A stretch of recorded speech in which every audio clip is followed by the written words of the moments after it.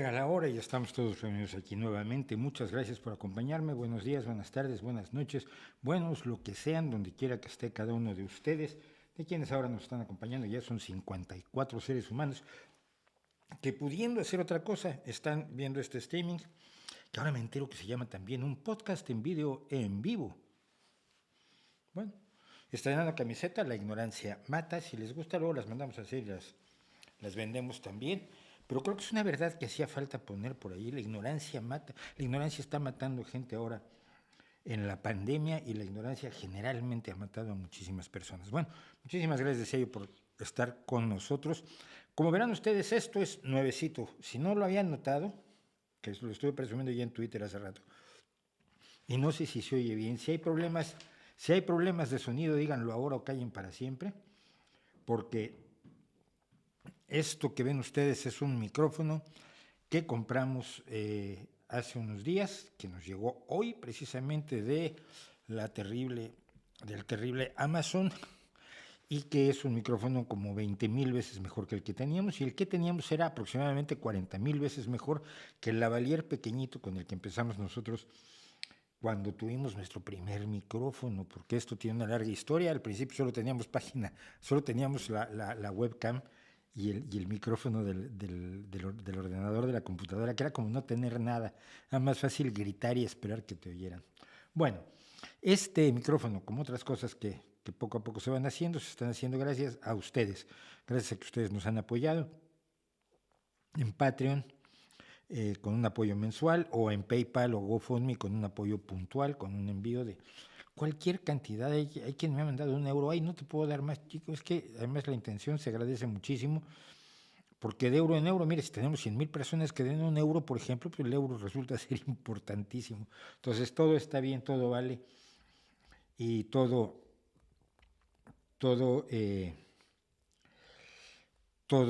se agradece enormemente. Mónica Arias, no puedo subir el volumen. Esa es parte del problema, que estamos utilizando un limitador para no subirnos del límite que tenemos que tener, y según dicen algunos, está oyéndose bien. Entonces quizás haya que levantar. Siempre recuerdo que uno le da al volumen del ordenador, pero luego aquí abajo, en el vídeo, hay un control de YouTube, de volumen de YouTube, que es independientemente del control de la computadora, ordenador o móvil que tiene uno, y el que también hay que darle velocidad. ¿Quién paga el micrófono? El micrófono se ha pagado con las aportaciones de ustedes en Patreon, en GoFundMe y en PayPal. Así que muchísimas gracias. De hecho, está puesto para estar lejos, es decir, para estar unos 20 centímetros. Hay otra configuración para estar muy cerca del micrófono, que se usa sobre todo cuando uno canta. Yo hace mucho tiempo que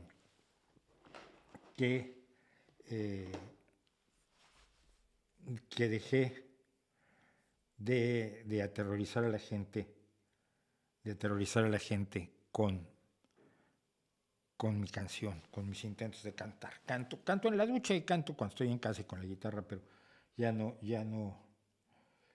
canto. Voy a tener, probablemente esto no esté grabando, en cuyo caso vamos a tener un problema para los cortes después. En fin, todavía estamos con problemas aquí, pero si lo paga Soros, no, mira, el cheque de Soros, el cheque de Monsanto, el cheque de las nucleares, el cheque de las telefónicas, el cheque de las petroleras, nunca llegan.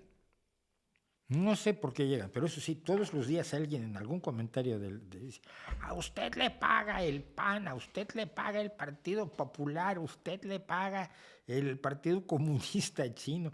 Si me pagaran la mitad de los que dicen que me pagan, estaría yo transmitiendo desde Benidorm, desde el medio de una piscina, sí, tirado sobre una de estas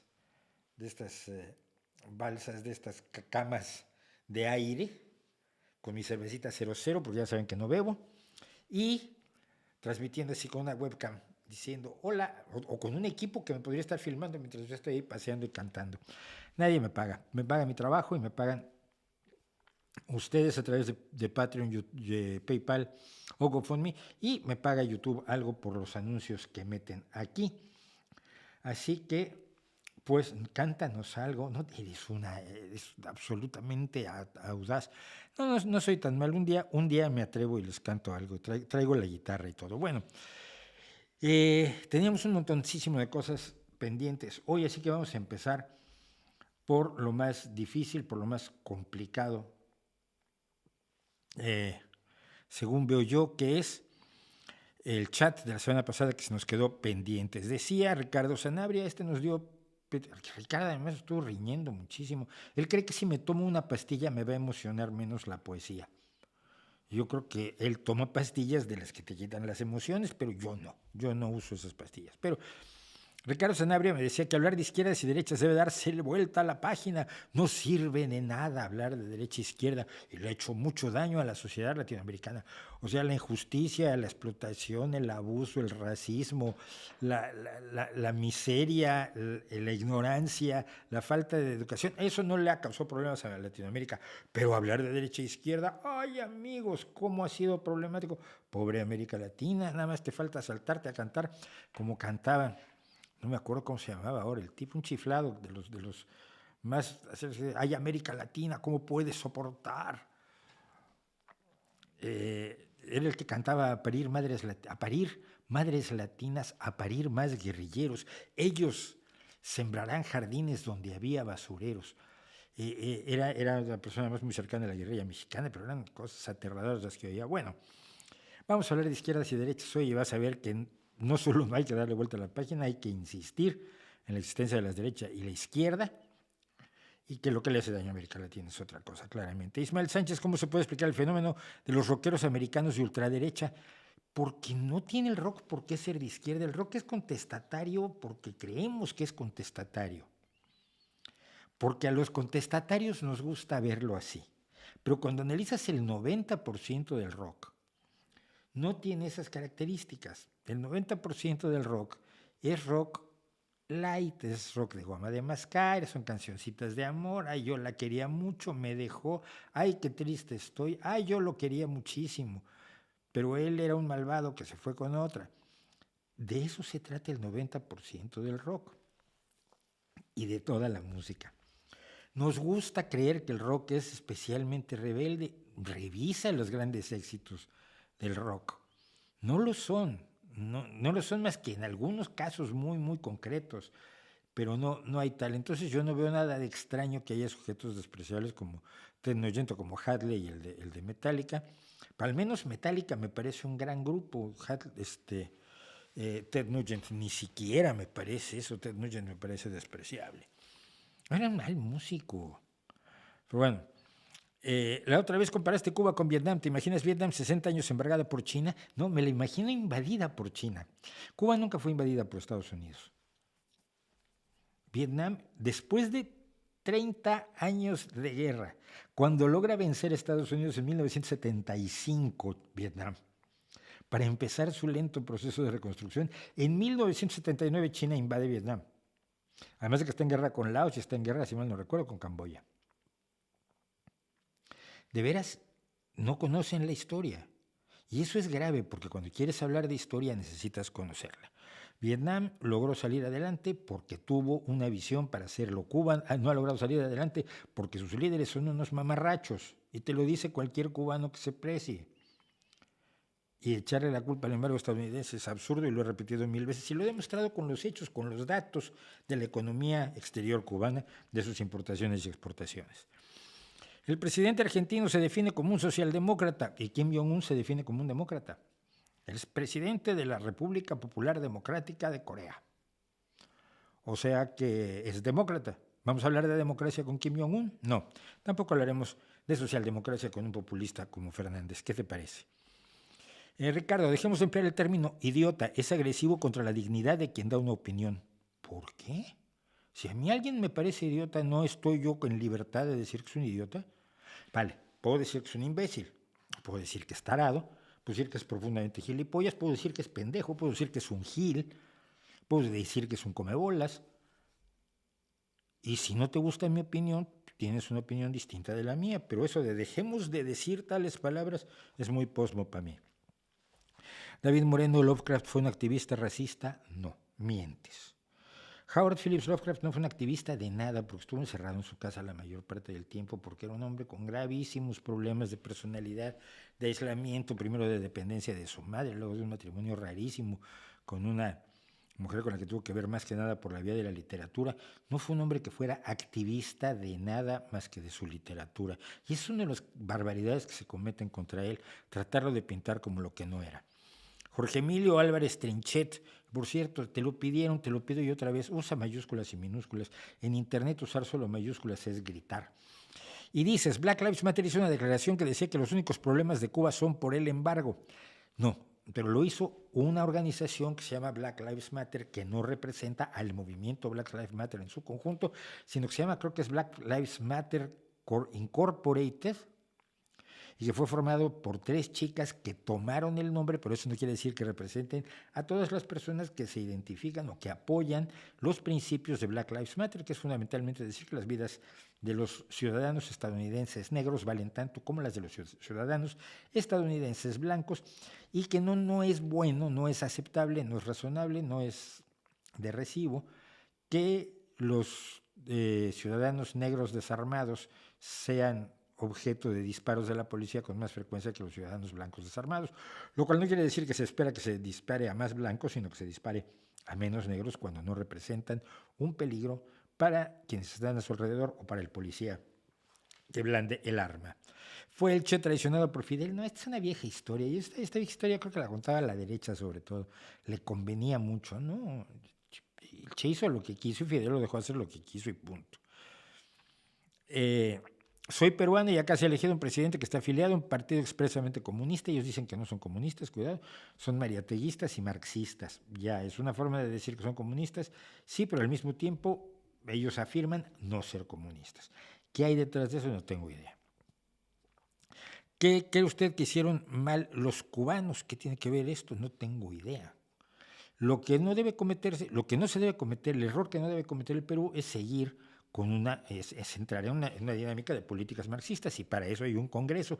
Desafortunadamente mis amigos peruanos no tienen mucha confianza en su Congreso, pero yo no creo que el Congreso empiece a autorizar que se privatice todos los medios de producción en Perú, que sería el primer paso para el comunismo, por supuesto. El siguiente sería la desaparición de todos los demás partidos políticos para instaurar la dictadura del proletariado.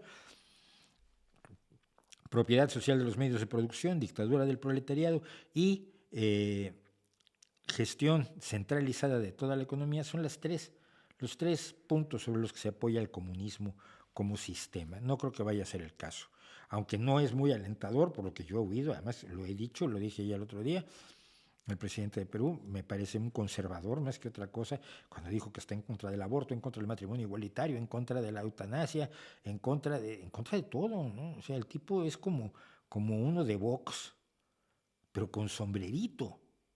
Y los de Vox luego también usan sombreritos raros, pero en fin, con sombrerito peruano, que ese sí no se lo he visto a los de Vox. Pero dice exactamente lo mismo, es un reaccionario, es un anticuado, es un sujeto del siglo antepasado. Pero veamos, Jorge Antonio García Montenegro, muchas gracias por la propina, se agradece.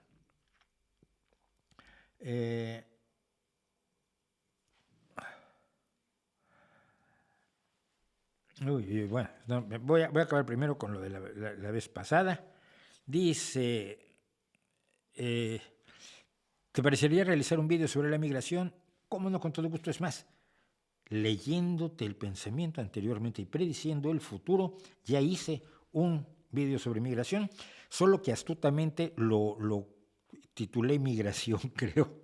Si lo buscas en los vídeos del canal, ahí está ya. Porque además simplemente lo que yo digo es que todos somos inmigrantes, porque todos tenemos sus ancestros que eran culo inquietos y se movieron de un lugar a otro del mundo. Así que este vídeo ya se hizo. Algunas cosas del chat de hoy para darle un poquito de velocidad.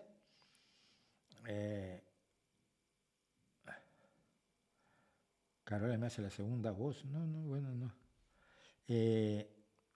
¿Puedo hacer una reseña del Retorno de los Brujos, del que te fusilaste el nombre del Retorno de los Charlatanes? No me lo fusilé, me inspiré en la obra maestra de Pauwels y Berger para darle nombre a mi blog. No, no puedo. El Retorno de los Brujos es un libro de este tamaño que tiene todos los temas, absolutamente todos los temas de los que ha vivido el misteriosismo mundial desde los años 50. Mi comentario básico sobre el Retorno de los Brujos cubre muchas páginas de mi libro La Izquierda Feng Shui, porque era un momento además en que el esoterismo parecía muy de izquierda, fue cuando empezó el esoterismo a parecer de izquierda, y el Retorno de los Brujos es uno de los elementos que impulsa el esoterismo, que impulsa el New Age y que impulsa la llegada de esta nueva forma no materialista de ver la realidad, que se integró a la nueva izquierda estadounidense, que se integró a la nueva izquierda francesa, a la izquierda del 68, que a partir del 68 abandona el materialismo y entra el misticismo. Por todo lo que ustedes quieran, astronautas antiguos, están allí, Blavatsky está allí, bueno, uno de los autores, no me acuerdo cuál de los dos, Paul Bergier, creo que Bergier, fue alumno de Gurdjieff, y Gurdjieff alumno de Blavatsky. El tarot, los misterios egipcios, los objetos fuera de lugar, los poderes extrasensoriales, la telequinesis, la telepatía, todo está ya en el Retorno de los Brujos. Es verdaderamente un mashup bestial de chorradas que se convirtieron en la parte esencial de la forma de ver las cosas de cierta izquierda. Entonces, pues no puedo glosarlo porque me tardaría fácil 1 o 2 horas. El rock que yo escucho, si es contestatario y rebelde, seguro que sí, pero es que el rock también sirve para conformar lo que hoy conocemos como nuestra burbuja, nuestra cámara de eco. Pues yo también, el rock que yo escucho no tiene nada que ver con el rock de goma de mascar, pero el rock que yo escucho es distinto del que escuchan otras personas. Deja de eso. El folk que yo escucho es un folk musical y letrísticamente muy avanzado. Yo escucho bluegrass progresivo, por ejemplo, que no es lo mismo que escuchar country del que les gusta a los adeptos a Donald Trump. Son cámaras de eco distintos dentro de un universo musical, y luego por eso se nos hace tan raro eso de que, ¡ay! Pero hay rockeros de derecha. Pues sí. ¿Cuál de las dos acepciones te parece más correcta, Hispanoamérica o Latinoamérica? Como me gusta incluir a los países francófonos, especialmente Haití, mi sobrina finalmente nació en Haití, digo Latinoamérica, además a muchos les molesta. y les molesta porque creen que eran dueños de América, y entonces que al decir Latinoamérica los franceses se quisieron apropiar del continente. Entonces ese berrinche que hacen algunos con la palabra Latinoamérica hace que yo diga, pues vamos a decir Latinoamérica. Quizás es más correcto decirle Hispanoamérica, pero me deja fuera lugares como Belice, la Guayana francesa, la Guayana holandesa.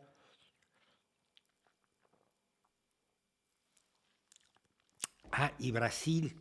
Brasil también nos lo deja fuera. Para que esté Brasil tenemos que decir Iberoamérica, que lo único que hace es aumentar la confusión. Miren, las palabras no forzosamente definen aquello a lo que denotan.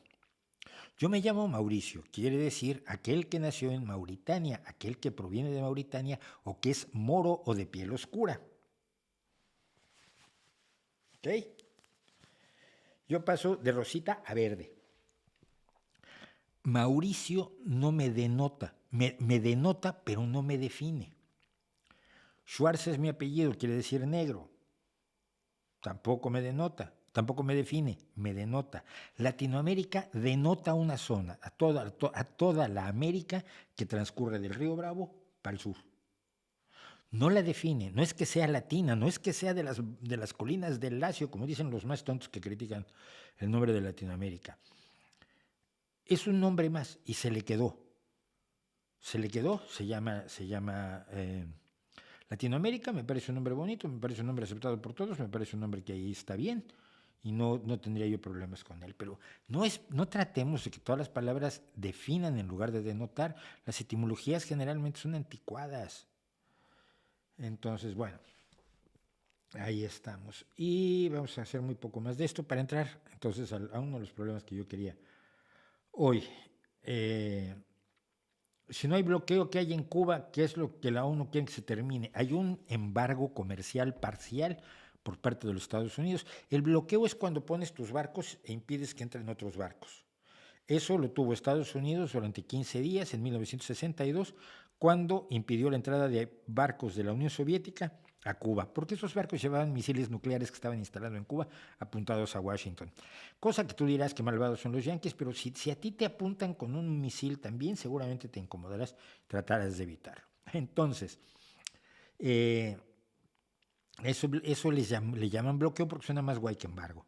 Pero no, es un embargo comercial, es un embargo comercial que no debería existir, ya lo he dicho muchas veces, pero que pese a que moralmente estoy de acuerdo en que no debería existir, ello no quiere decir que sea el causante de los problemas de Cuba. En serio, vean lo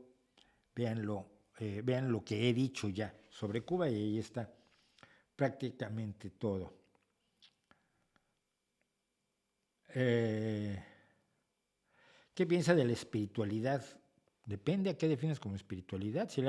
Si quieres decir, si te hablas del espíritu humano, es aquello que es nuestra subjetividad y nuestras emociones, es maravilloso. Yo vivo una vida profundamente espiritual con la música, el arte, la vida familiar, los amigos, el conocimiento. Para mí es profundamente espiritual. En el sentido de que son mis emociones, mis sensaciones, mis percepciones subjetivas. Si hablas de otra cosa, pues nos tendrías que definirme, por favor. ¿Has pensado a visitar Grecia? Tengo ganas de visitar Grecia, pero antes quiero pasar por otros varios lugares. Eh, sí, Vox está abriendo muchos canales en YouTube y es un problema, sí. La hipnosis, al menos vagamente, tiene una base científica. No lo sé, nunca lo he podido determinar. Parece que no. Parece que no, que es un embuste, un sencillo, tranquilo y común y corriente embuste. Pero cuando dice eso se enoja muchísima gente. Bueno, vamos a pasar a una cosa que quería yo mencionar el día de hoy, porque ya se nos pasaron muchos minutos. Lo único que sí, que sugiera más música. La semana que entra vuelvo a YouTube y a música. No puedo hacer un segmento de YouTube porque ya descubrí que me emociono y le acabo dedicando 15, 20 minutos. Y entonces eso le quita más tiempo a los otros multitud de temas que tenemos. Así que vamos a hacerla por lo menos cada 2 semanas. Por cierto, ya vieron las nuevas tazas, qué guapas están. Si el rey va desnudo y tiene mi nombrecito y todo. Son las nuevas tazas con el nuevo logotipo, porque antes teníamos las tazas del anterior logotipo que me había hecho mi querido amigo Bef, pero hay que evolucionar, todos evolucionamos y así es esto. Bueno, hay una cosa que cuando hice la entrevista, le hice la entrevista a Jesús Manuel Pérez Triana, le digo José Manuel siempre, que me perdone, a Jesús Manuel Pérez Triana sobre las nuevas formas de la guerra. Y estuvimos hablando largo y tendido de Vietnam, algo que comentaba alguien, ¿no? Sobre entre comillas, milagro económico de Vietnam. Sigue siendo un país con una dictadura autoritaria comunista, pero que ha asumido esa especie de socialismo de libre mercado que se inventó China para no hundirse, que resulta muy peculiar, que resulta muy curioso, pero que ahí está. Y entonces, hablando del éxito de Vietnam, uno de los elementos que salió y que comentábamos Jesús Manuel y yo, era el hecho de que Vietnam tenía relaciones con Estados Unidos. Cuando se levanta el embargo en 1999, si mal no recuerdo, 1994, fueron 24 años de embargo, del 75, 20, no, en el 99. En 1999, Clinton levantó el embargo a Vietnam, o sea, ha habido un embargo de 25 años, de 24 años, porque los inversionistas estadounidenses querían entrar a Vietnam, querían invertir en Vietnam, querían aprovechar el milagro económico vietnamita. Y los vietnamitas dijeron, bien, sí, perfecto. Y luego hubo gente que se acercó, sobre todo gente de los muy militantes, los que militan vicariamente, ¿no? Pero Estados Unidos os aplastó, se hizo pedazos, fue brutal, torturas, agente naranja, napalm, todos los horrores de la guerra de Vietnam, que nadie, ni siquiera el estadounidense más acelerado, puede negar que se dieron.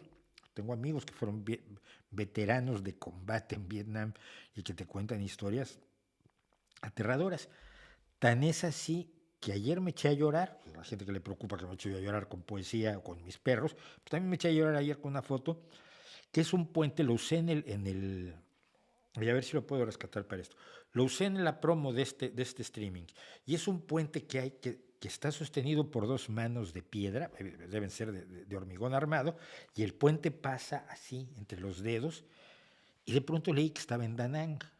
Y en Da Nang fue donde estuvieron a punto de matar a mi amigo el loco Patterson. Él se las había arreglado para aprender vietnamita y ser traductor para que no lo mandaran a combate. Es decir, empezaron a mandarlo a combate a los 19 años, pero él estaba en la universidad y sobrevivía en la universidad y empezó a estudiar vietnamita. Dijo, si un día me mandan a Vietnam, por lo menos yo sé el idioma, así que puedo ser oficial de comunicaciones y no me mandan a donde están los del Vietcong matando jóvenes estadounidenses, jóvenes de 19, 20 años, 18 años. Entonces el loco Patterson le funcionó muy bien, pero le tocó la batalla de Da Nang, donde salvó la vida de milagro. Y yo para mí, entonces, la imagen de Da Nang es una imagen de bombardeos, donde tengo un amigo mío chifladísimo, que le gustaban mucho las guitarras y las katanas, y la arqueología mexicana, corriendo, salvando el pellejo. Y la imagen que me encuentro ahora es ese puente bellísimo de dos manos que sostienen un delgado puente peatonal por el que camina la gente y mira el maravilloso y bello paisaje de Da Nang que el agente naranja había dejado convertido en un desierto en 1971, 72, 73. Pero Vietnam no tiene problema con Estados Unidos. Los soldados que fueron prisioneros de guerra, como McCain, y hablamos de ello precisamente con Jesús Manuel Perestriana, fueron a visitar Vietnam y los vietnamitas decían, bueno, pero eso ya fue hace muchos años, ¿no? Esto ya pasó y nosotros tenemos otra vida, tenemos otro proyecto y entendemos que usted haya sido soldado haciendo lo que hacía cuando lo hizo y espero que usted entienda que lo que le hicimos nosotros fue defendiendo nuestra patria. Entendido lo cual, tan amigos como siempre, venga, pase usted, y fue invitado McCain a Vietnam y fue homenajeado. Un soldado que había bombardeado su país. Vietnam ha tenido la capacidad de pasar página en 30, 35 años después del fin de una guerra que fue feroz, que fue terrible, que cambió la realidad. Fue la primera guerra que se vio en vivo y donde los Estados Unidos cometieron una serie de atrocidades enormes porque no sabían ni siquiera bien claro contra quién peleaban. Como el ejército de Vietnam del Norte era un ejército regular, relativamente regular, pero el ejército de Vietnam del Sur, que se oponía al gobierno que había instaurado Estados Unidos, era una guerrilla absolutamente irregular. Esto quiere decir que cada ciudadano vietnamita que te encontraras podía parecer un campesino en la mañana y en la noche ser un tipo que te pusiera una trampa para ensartarte con afiladísimos palos de bambú y matarte de manera horrible. Entonces, los soldados estadounidenses vivían siempre con miedo a que todos los campesinos vietnamitas que se encontraran fueran guerrilleros del Vietcong. Y al final, muchas de las atrocidades que se cometieron, como el asesinato de My Lai, la masacre de My Lai, se cometieron diciendo, pues mira, por si son o no son combatientes del Vietcong, mátalos a todos.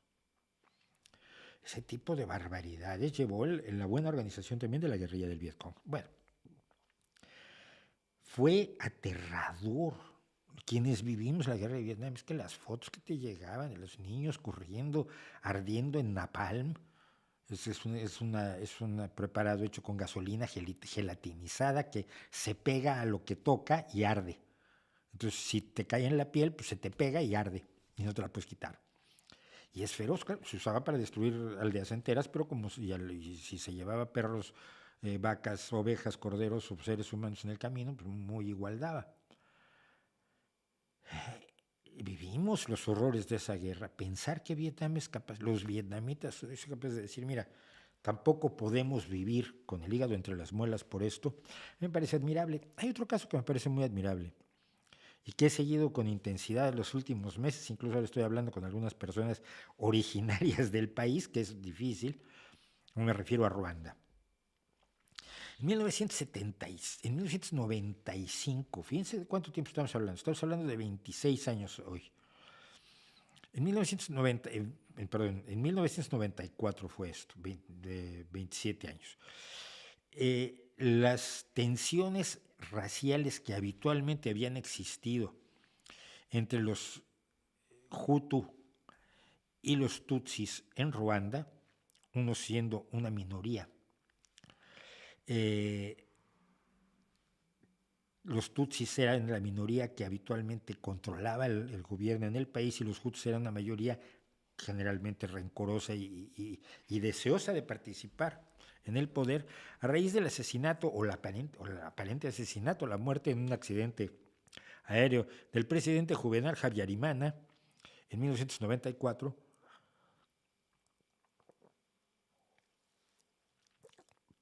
que eran ambos de la etnia Hutu. Se desató una masacre que estaba preparada previamente, simplemente estaba buscando el momento de comenzar. Los Hutus masacraron a cerca de 1 millón de Tutsis en 100 días. En general, a machetazos, aunque en algunos casos simplemente se quemaban las casas con la gente dentro. Maridos que mataron torturándolas a sus mujeres Tutsis, maridos Hutus con mujeres Tutsis.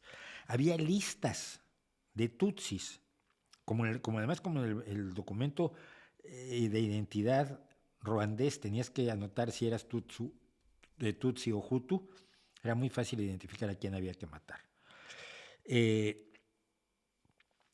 Miles de mujeres Tutsi fueron convertidas en esclavas sexuales durante bastante tiempo. El partido gobernante, que era de Hutus, tenía un grupo juvenil que acabó convertido en una milicia exterminadora.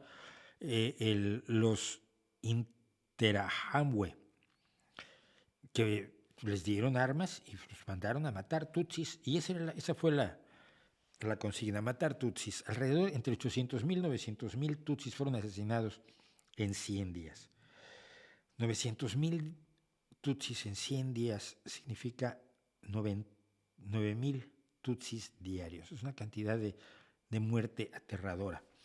Ruanda se convirtió a ojos de todo el mundo en el epicentro de uno de los más aterradores episodios del horror del odio étnico, de la capacidad de hacer daño brutal por parte del ser humano.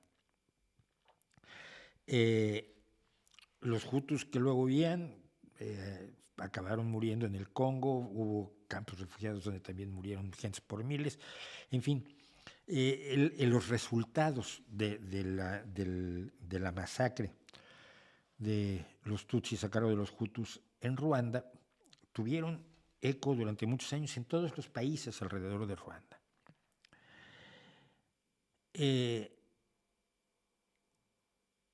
Desde el año 2002-2003, Ruanda se embarca en un proceso de reconciliación nacional.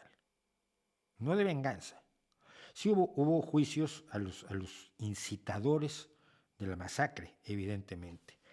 Y hubo juicios internacionales. Pero sobre todo, lo que se hacía en los pueblos era algo que se llama Gakaka. Gakaka significa sentarse y hablar de las cosas. Se identificaba a los victimarios, se identificaba a los sobrevivientes, a las víctimas sobrevivientes o a las familias sobrevivientes de las víctimas, se les ponía frente a frente. Hasta que se logró, no sé en qué medida, pero en alguna medida por las entrevistas que yo he visto con algunos victimarios, se ha logrado en buena medida. Los victimarios han aprendido a pedir perdón y a darse cuenta de la enormidad de lo que hicieron contra seres humanos iguales a ellos.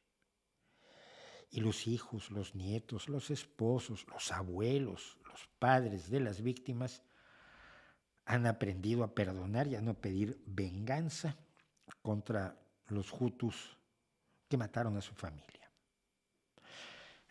Ruanda tiene un problema muy grave. Está gobernada desde hace muchos años por un señor que tiene un proyecto nacional maravilloso para convertir a Ruanda en el primer país africano de ingresos medios con un futuro de país desarrollado, que es el presidente Kagame. Pero es un dictador. No, está ganando elecciones como el 99% y ya no se quiere ir.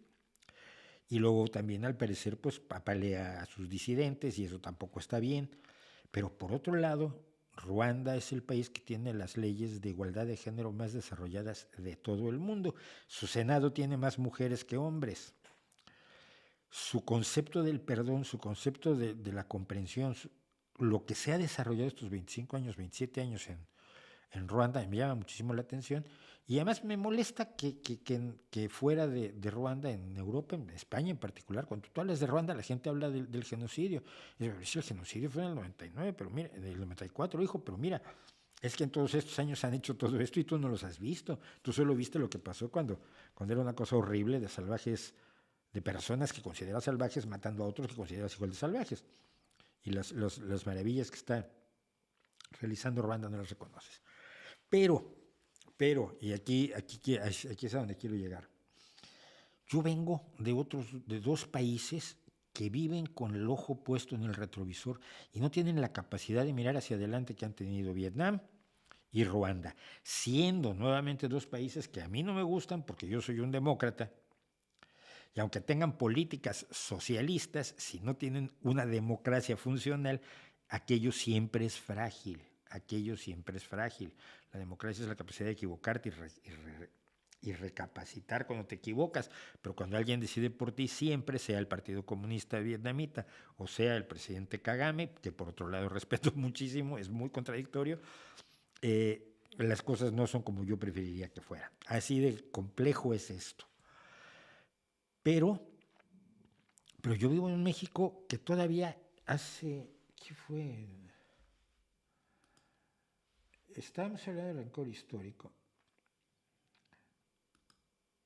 López Obrador le reclamó a España, todavía en julio de este año, que pidiera perdón por la invasión de 1519, sí, pero 2 años después cayó la gran Tenochtitlán y luego en los siguientes 100 años cayó todo el resto de civilizaciones que se encontraban en lo que hoy es México, que es desde el norte, había todavía grupos nómadas, hasta las culturas mayas. Tardaron muchas décadas en pacificarse por completo la zona. Pero bueno, como en México somos centralistas, creemos que cuando cayó el imperio mexica o azteca o náhuatl, pues ahí se acabó el mundo. Fue en 1521. Entonces la invasión fue en 1519 y luego una colonia de 300 años, luego en 1824 ya se independizó México. Y entonces, durante los últimos 200 años hemos dedicado a llorar que la culpa de todo lo que nos pasa es culpa de España. 200 años. Cosa que a mí siempre me ha preocupado muchísimo. Conozco a muchos españoles que no invadieron México, ¿no? Y la mayoría de los mexicanos que yo conozco pues, no estaban en la defensa de la gran Tenochtitlán, nacieron con apellidos tan españoles como el mío. Soy Huerta. Pero primero que nada es un gran truco para distraer y para liberarte de responsabilidad de lo que está ocurriendo en tu país, echarle la culpa a los que vinieron antes. Esto siempre funciona y esto es lo que les gusta a los populistas. Esta es la herramienta fundamental de un populista, es a quien le echo la culpa. En el caso de López Obrador, pues últimamente dice que España tiene la culpa, España tiene que pedir perdón por 300 años de colonia, que son muchos años de colonia, con muchas cosas malas y con muchas cosas buenas, esto no lo digas muy fuerte, pero que es un país que hace 200 años está marchando por su cuenta y debería responsabilizarse de su propia realidad. Pero vive pensando en lo que ocurrió hace entre 200 y 500 años. Luego vivo y soy parte de España. Y España es un país que vive peleando la Guerra Civil Española, que ocurrió de 1936 a 1939. Es decir, hace mucho tiempo, mucho antes que la Guerra de Vietnam, mucho antes que la masacre de Ruanda, que al terminar la dictadura de Franco, con la muerte del miserable, que como yo siempre he dicho, lo único bueno que hizo Franco por el mundo pues fue exhalar su último y apestoso suspiro en noviembre de 1975, tuvo que crear una forma de convivencia que no implicó la reconciliación. No implicó la reconciliación social porque hubo que conceder demasiado y a ambos bandos que estaban todavía enfrentados por la guerra civil, A ambos bandos les pareció que se concedía demasiado. A la derecha le pareció inaceptable que se legalizara al Partido Comunista y que el Partido Comunista participara en la redacción de la Constitución. Pero ¿dónde va usted con eso? Y a la izquierda le pareció inaceptable que se mantuviera la monarquía o que se perdonara a los sujetos más brutales del franquismo a cambio de que se perdonara a los guerrilleros que se habían enfrentado a la dictadura en distintos momentos a lo largo de la historia, guerrilleros tanto urbanos como rurales, que estuvieron en pie de guerra de una u otra forma desde 1939 hasta 1975. Pero vivimos atados al pasado, vivimos atados a la acusación de fascista, que sí hay fascistas, y a la acusación de comunista, que sí hay comunistas, pero que los comunistas de hoy no son como los comunistas de ayer. Los fascistas de hoy, afortunadamente, no son como los fascistas de ayer, pero todo se refiere siempre, se remonta, se retrae, se retrotrae a la Guerra Civil Española, el Valle de los Caídos. ¿Por qué? ¿Por qué? Y aquí tenía yo una imagen al respecto. Se va a sacar a la gente, a los trabajadores esclavos que construyeron el Valle de los Caídos por obligación bajo los látigos de la bestialidad franquista, y se les van a entregar sus restos a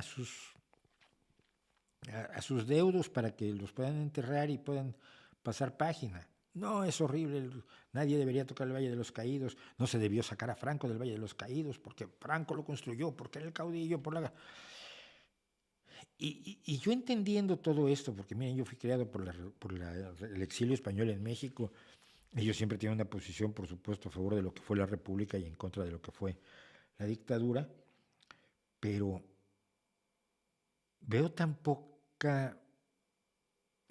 interés en la extrema izquierda y en la derecha en general de preocuparse por el futuro de España, por estar peleando las peleas del pasado, por estar metidos en el absoluto rencor histórico, que me preocupa mucho. Sí, tener que aprender de dos dictaduras me llama mucho la atención, pero uno aprende de donde puede, no de donde quiere. Y creo, sinceramente, que Vietnam y Ruanda y otros países que han tenido momentos feroces y que han sabido superarlos y mirar hacia el futuro más que estar con los ojos pegados al retrovisor y repitiendo en bucle los capítulos antiguos de la serie de su vida, tenemos mucho que aprender de quienes han sabido superar sus condiciones históricas para generar una nueva historia en vez de estarse repitiendo constantemente. Cuando México se acuerde que todos los mexicanos son descendientes de españoles, que no fueron los españoles a conquistarlos a ellos, a nosotros. Vinieron a conquistarnos a nosotros. ¿Quién? Los españoles. Pero si tú te apellidas González, te apellidas Camacho, te apellidas García, te apellidas Gallastegui, te apellidas como español porque tienes abuelos españoles, ¿por qué te identificas solo a una parte de tus ancestros y no a la totalidad? Me aterra. Y cuando España recuerde, como pasa en la familia política a la que yo pertenezco, que en la familia hubo gente peleando de los dos bandos, y finalmente de lo que se trata ahora es de construir la España que viene y no de seguirnos peleando por la España que ya no está y ya no va a volver nunca. La historia nos sirve como escuela, pero cuando la usamos como único argumento político para el presente y el futuro, estamos traicionando incluso a los que hicieron la historia, creo yo. Igualmente, por supuesto, es posible que esté equivocado. Y seguimos. ¿Qué más viene por aquí?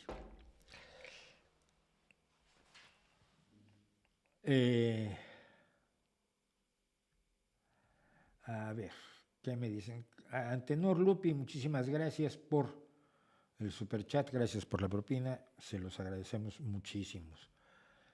Luego me gusta mucho cómo se llaman de distinto. Esto es una camiseta, también es una t-shirt, pero también es un pulovito, pero también es una remera, pero también es una franela. En cada país de América Latina se llama distinto. Entonces, porque dijo alguien, y lo agradezco mucho, que le gusta la remera, y yo me quedo con la remera, yo no remo, no, sí, es esta. Esa taza también está disponible para los Patreons. No, esta taza, no, las tazas de los Patreons son tazas con frases, son 4 tazas con frases. Daniel Maceto me pregunta, ¿cree que actualmente se usa más el método científico en campos como la economía, la sociología y la pedagogía? Vamos a ponerlo aquí porque esto es interesante. Sí, cada vez se usa el método científico en campos como el de la economía, la sociología y la pedagogía, para horror de quienes no querían que se ocurriera. Cuando hice el vídeo sobre cientificismo, mencioné la historia. El inventor de la palabra cientificismo fue Hayek. Gustav Hayek, no me acuerdo. Acuérdense que para los nombres soy terrible, se los cambia todo Dios, y luego no me dice, es que te equivocaste. No, no me equivoqué, es que yo le cambio el nombre a todos.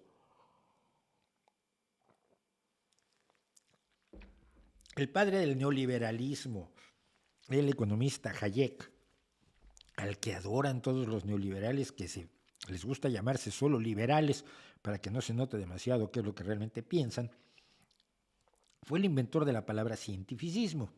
Y la palabra cientificismo definida por él fue el absurdo intento de utilizar los métodos de la ciencia para las disciplinas sociales y humanísticas.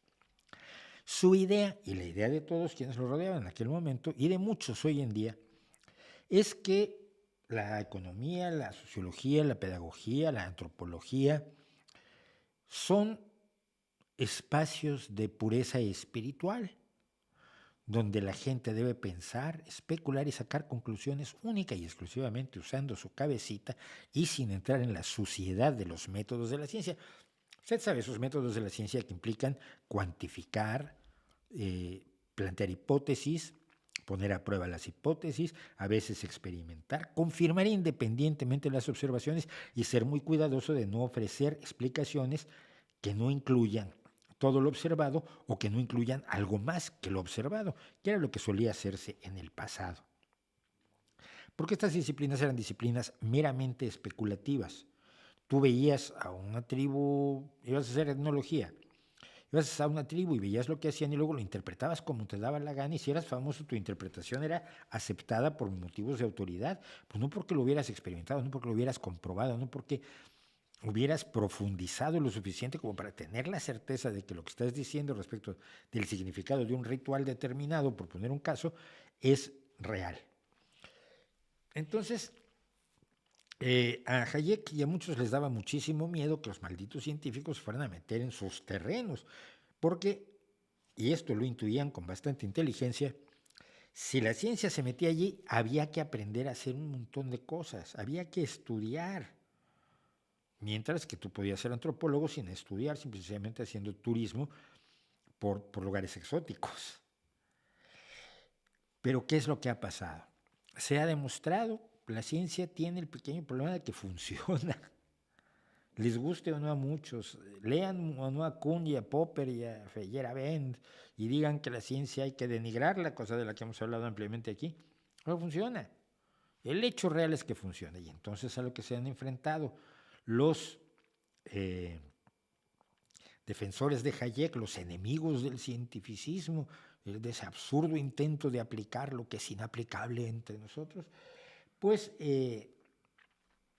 a lo que se han enfrentado es que los sociólogos poco a poco han dicho, mire, es que si lo cuantificamos, si lo ponemos a prueba y lo verificamos independientemente y quizás hasta lo experimentamos, pues podemos enterarnos más de cómo es la realidad que si nos ponemos en una poltrona con la pipa, eso sí, dando un aspecto extraordinario para la foto.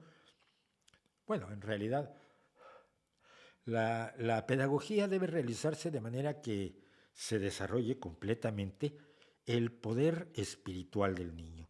Si el espíritu avanza con suficiente fuerza, el intelecto lo seguirá, que es algo que ya Platón señalaba de alguna manera. Ay, profesor, qué inteligente usted, pues vamos a hacer así la pedagogía, y luego no funcionaba.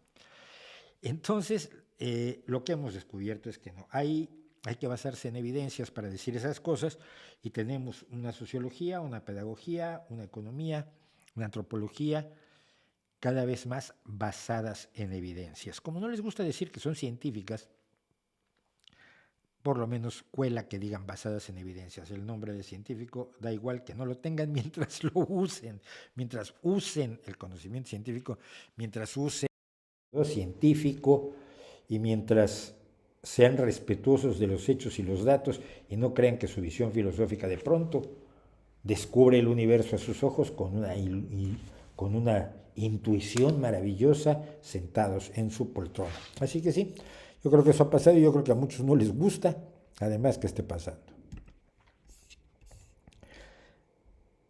¿Qué pasaría si cada ciudadano pudiera decidir a dónde dirigir sus impuestos? Muy buena pregunta, Luis. Probablemente que los impuestos irían a donde menos necesarios son. ¿Por qué? Pues si tú no tienes agua, tú no pagas impuestos. Si tú tienes agua, si tú no tienes agua, probablemente no pagas impuestos. Y si pagas impuestos, probablemente tienes agua. Va a ser muy difícil que digas que tus impuestos tienen que ir a darle agua al que no lo tiene.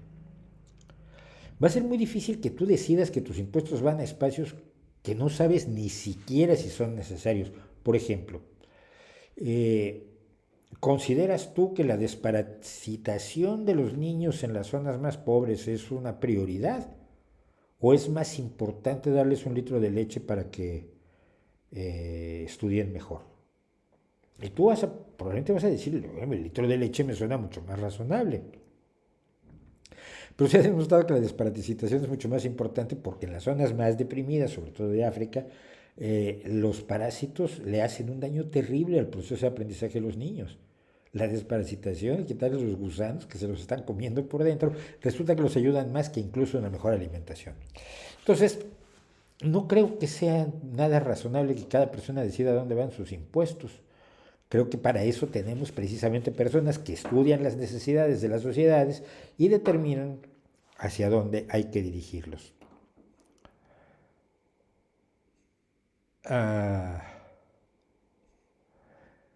¿Se debería enseñar democracia como ramo en las escuelas? Sí, se debería enseñar cómo funciona el Estado. A mí me preocupa mucho la idea de que algunos quieran, y en México se está dando, indoctrinar a través de la escuela, ¿no? Pues es como los curas, las escuelas que tienen religión como asignatura, pero lo que no estudian, se indoctrinan. Yo creo que enseñar los fundamentos del derecho internacional, los fundamentos del funcionamiento del Estado, es de lo más importante que se puede hacer. Era lo que iba a ser Educación para la Ciudadanía, que fue una propuesta del Partido Socialista y que les pareció aterradora al Partido Popular y que anuló en cuanto Rajoy tomó posesión, gracias a que, un esfuerzo muy grande, la ultraizquierda española tiró el gobierno de Zapatero y nos garantizó un montón de años de Mariano Rajoy Brey, cosa que todavía no les agradezco lo suficiente, me los tengo que encontrar uno por uno para agradecérselos. Pero, ¿qué es lo que pasa? La gente, los jóvenes, tienen una idea absolutamente fantasiosa del Estado. Tienen una idea fantasiosa de los políticos. Tienen una idea fantasiosa y esquemática, caricaturizada de la corrupción. Tienen una idea muy de estilo Marvel, de villanos contra héroes, del manejo de una sociedad, de la administración de una sociedad, no de la política que se hace en los discursos tronantes, donde aplauden miles y la gente entra en éxtasis por la gran verba del compañero que ha dicho finalmente que se necesita para que salgamos de la situación aterradora en la que nos han metido ellos. ¿Qué es finalmente teatro? Que tan es teatro que grandes manipuladores populistas como Perón, Hitler o Mussolini ensayaban frente al espejo su oratoria.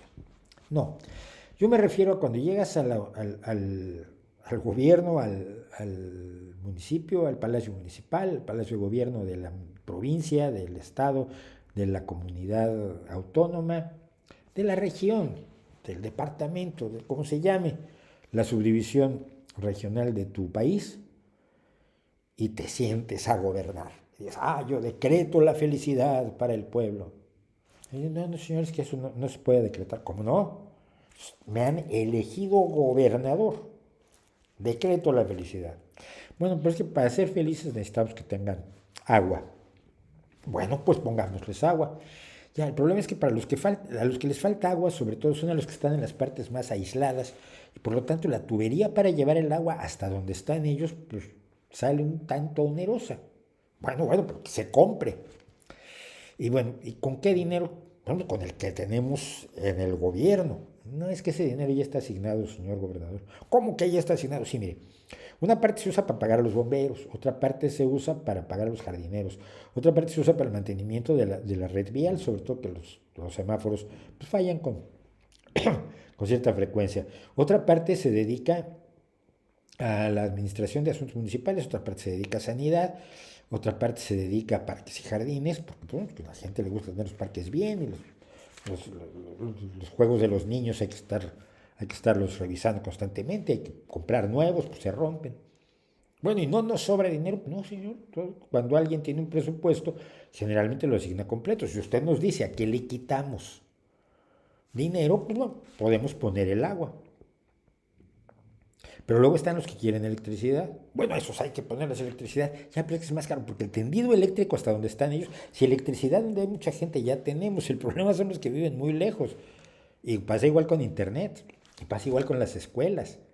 Pongan la escuela a los niños, ya, pues que mira, hay 5 niños en este pueblo y 4 niños en aquel pueblo que está a 80 kilómetros de distancia, y en ese otro pueblo a 120 kilómetros de esos dos, pues tenemos a otros 3 niños. Y no nos sale el negocio de poner una escuela en cada uno, porque no tenemos suficientes maestros, porque esto implica pagar más maestros y ya nuestro presupuesto en maestros pues ya está agotado, señor gobernador. Pero es que venía en mi programa de gobierno que íbamos a poner electricidad, escuela y agua y internet y helados para todos. Señor, usted puede poner en su programa de gobierno lo que quiere y si la gente es tonta y le vota, pues está bien. Pero la realidad es esta. Los jóvenes no conocen esa realidad. No conocen la realidad de la administración pública, la realidad de los controles que tienen la administración pública. Esta idea de que todos los políticos son corruptos. Miren, casi todos los políticos tienen la posibilidad de corromperse de maneras pequeñas o grandes. Pocos lo hacen a lo grande. La mayoría de los políticos que yo he conocido en mi vida son gente de un nivel muy, muy bajito que puede aprovechar a veces su poder para que le den una buena mesa en un restaurante para que no le cobren, que ya es corrupción. Pero no son precisamente los que se están llevando los sacos de oro del tesoro público. La gran mayoría de los políticos que yo conozco aquí en España es gente que hace su trabajo, lo hace porque está convencida de que es bueno para su gente, está de concejal o de alcalde 1 o 2 temporadas y luego regresa a su trabajo. Tengo una amiga mía que me tiene muy molesto porque acaba de obtener plaza como profesora de secundaria técnica.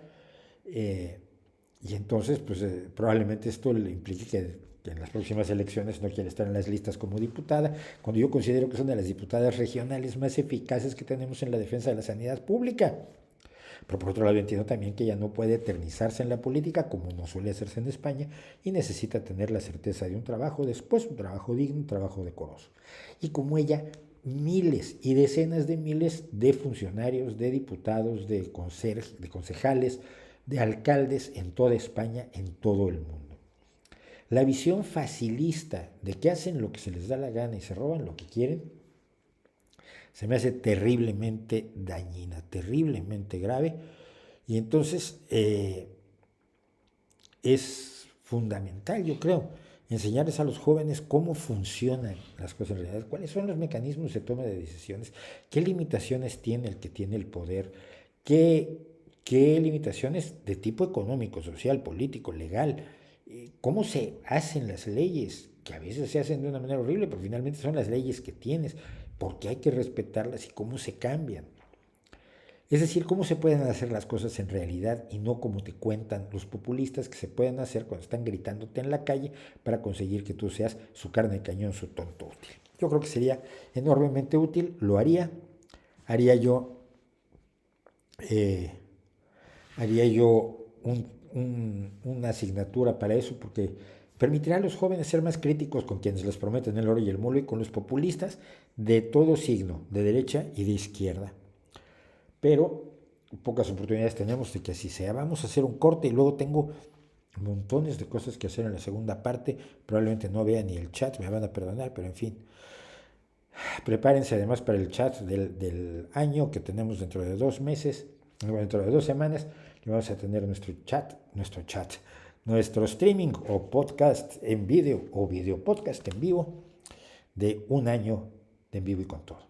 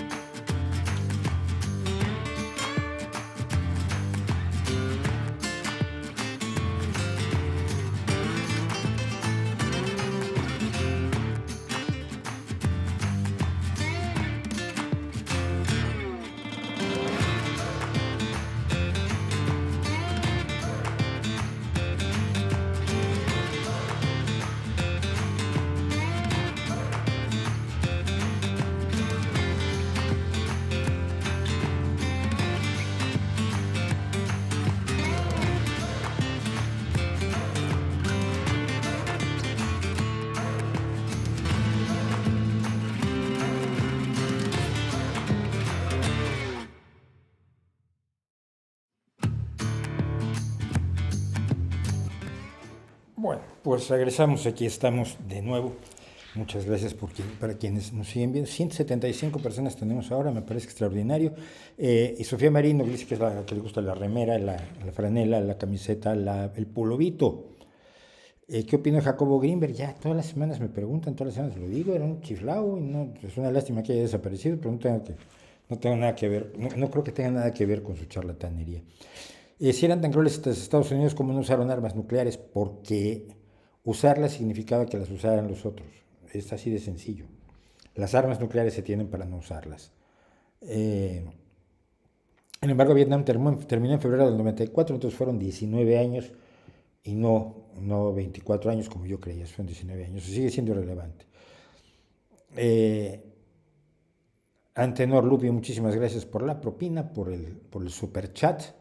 Se agradece. Jalife publicó que la actual directora de CONACYT está destruyendo la ciencia en México para favorecer a Israel. O sea, es que hasta cuando tiene razón se equivoca. La directora de CONACYT está destruyendo la ciencia en México porque está loca, porque es una fanática anticiencia, curiosamente. Siendo ella practicante de la ciencia, lo que detesta es la tecnología cuando ataca los espacios que ella controla con la mística. Y esto, como yo desde que se anunció que podría ser nombrada, si algún día se elegía presidente de México a López Obrador, me puse en marcha para impedir que se le nombrara. Tengo varios vídeos referidos al tema. Lo de beneficiar a Israel es simplemente el odio judeofóbico que tiene Jalife, que es un hombre profundamente perturbado. Yo no sé cómo le hacen caso. ¿En qué pensaba el que inventó el napalm? ¿En hacer sufrir más o en matar rápido? No, el napalm era fundamentalmente para provocar incendios. Lo otro es un daño colateral. Así de terrible es la guerra. No es bonita, nunca es bonita, ¿no?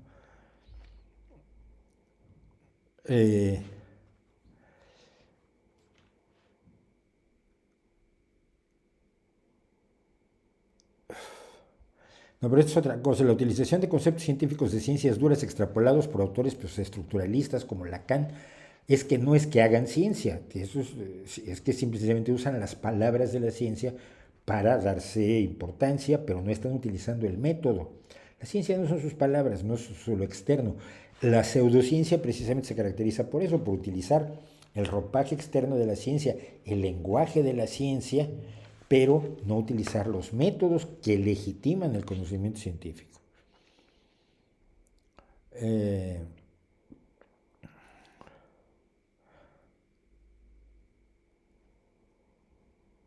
¿Qué opinión me merece Lorenzo Meyer, que dijo que los que no participaron en la consulta de López no tienen conciencia y los equiparó con animales que se dejan vejar?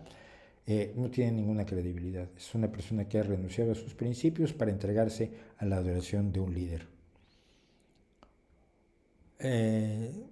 Saludos desde Ho Chi Minh City. Aquí los únicos que odian es a China. Pues mira, un mexicano, sí, ya había yo tenido algún contacto previo con él, Carlos García, mexicano, que está viviendo en Ho Chi Minh City, la capital de Vietnam. Bueno, la semana pasada yo hablé de los antiguos astronautas y de lo absurdo que era toda la idea de que las antiguas culturas recibieron ayuda para amontonar piedras en forma de pirámides. No les ayudaron a tener una mejor medicina, no les ayudaron a entender de química, no les ayudaron a tener una mejor metalurgia, no les ayudaron a tener mejores cultivos, no les ayudaron a conocer los fertilizantes, pero les ayudaron a amontonar piedras. Es que la gente cree cada cosa. Para eso vinieron los extraterrestres. Sí, para enseñarnos a amontonar piedras, cosa que ya sabíamos hacer nosotros. No, pero nos enseñaron a mover las piedras. Se han movido siempre. Pero ellos lo hacían más eficazmente ya. Y luego, ¿eso en qué nos benefició? No, pero sirvió para que Iker Jiménez cobrara en el año 2021. Si no, el pobre hombre tendría que ponerse a trabajar o algo así, que sería aterrador. Los extraterrestres estaban pensando en beneficiar a alguien, seguramente. No, pero o son tontos o yo me explico muy mal.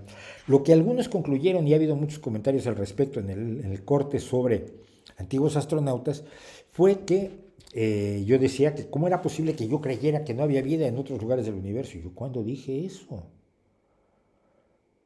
No solo no lo dije, sino que además en realidad no lo creo. Pero el que haya vida en otros lugares del universo no tiene nada que ver con el que haya vida inteligente en otros lugares del universo. El que haya vida inteligente en otros lugares del universo no quiere decir que haya una vida tecnológicamente lo suficientemente desarrollada como para viajar por todo el universo. Y el que haya una forma de vida capaz de viajar por todo el universo no tiene nada que ver con que visiten este pequeño planeta perdido en un brazo exterior de una galaxia de cuarta categoría en un universo gigantesco. O sea, si están, no nos van a encontrar. Y ese es uno de los elementos fundamentales que usé como argumento para la idea de que las visitas extraterrestres son enormemente improbables. Por lo que conocemos de nuestro planeta, que es el único planeta en el que no hemos encontrado vida, la vida tiene ciertas exigencias, tiene que tener agua, y tiene que tener agua en forma líquida, y tiene que tener una determinada temperatura, un rango de temperatura, no demasiado alta, no demasiado baja, que se mueva en un intervalo bien definido y que tenga ciertos elementos que, por otro lado, parecen estar presentes en todo el universo, lo cual es una ventaja. Pero miren, hasta 1992 no estábamos seguros de que hubiera planetas fuera del sistema solar.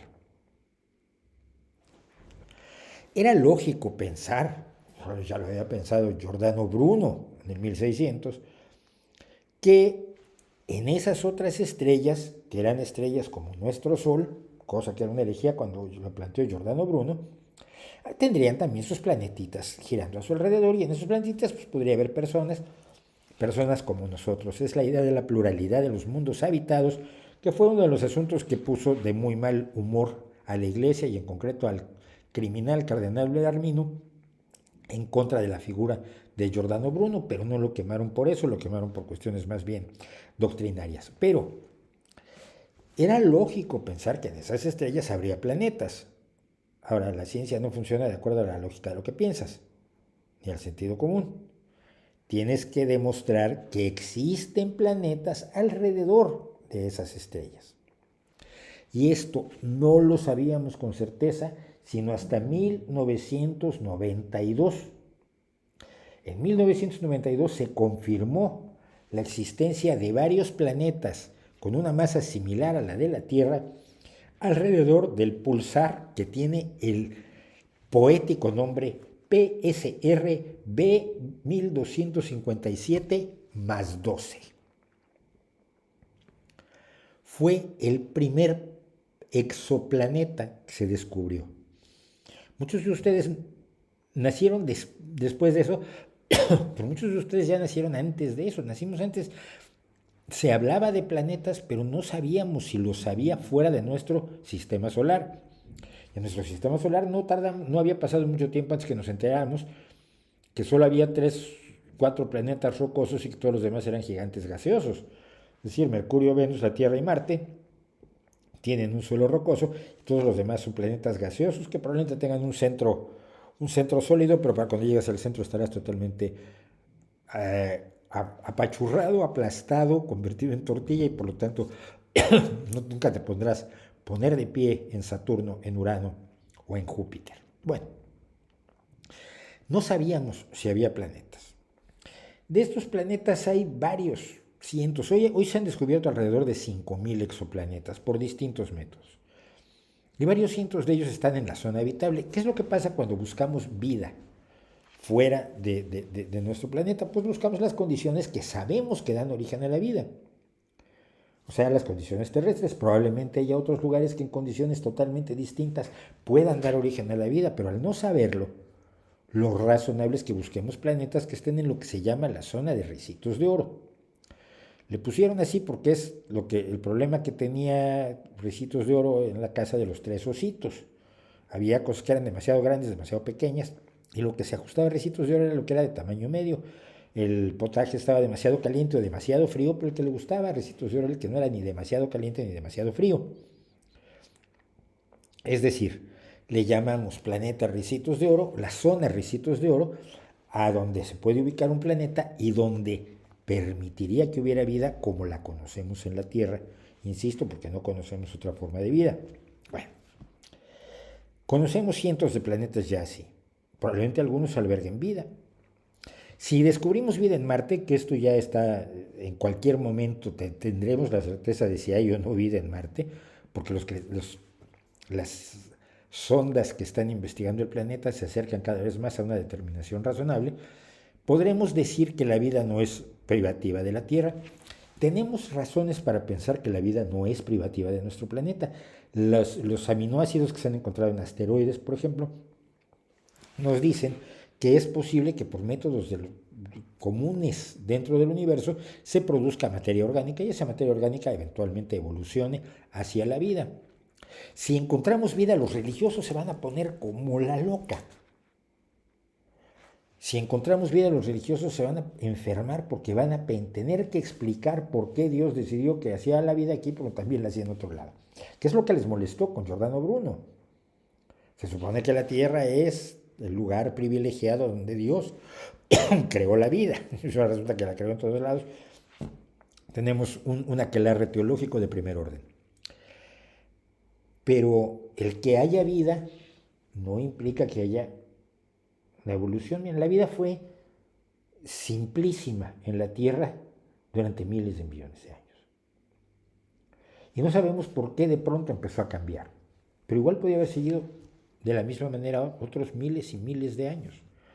No hay nada que fuerce la evolución hacia la complejidad. Hay mucha gente que cree que la evolución son generalmente pasos hacia una mayor complejidad. No es cierto, a veces la evolución va hacia menor complejidad.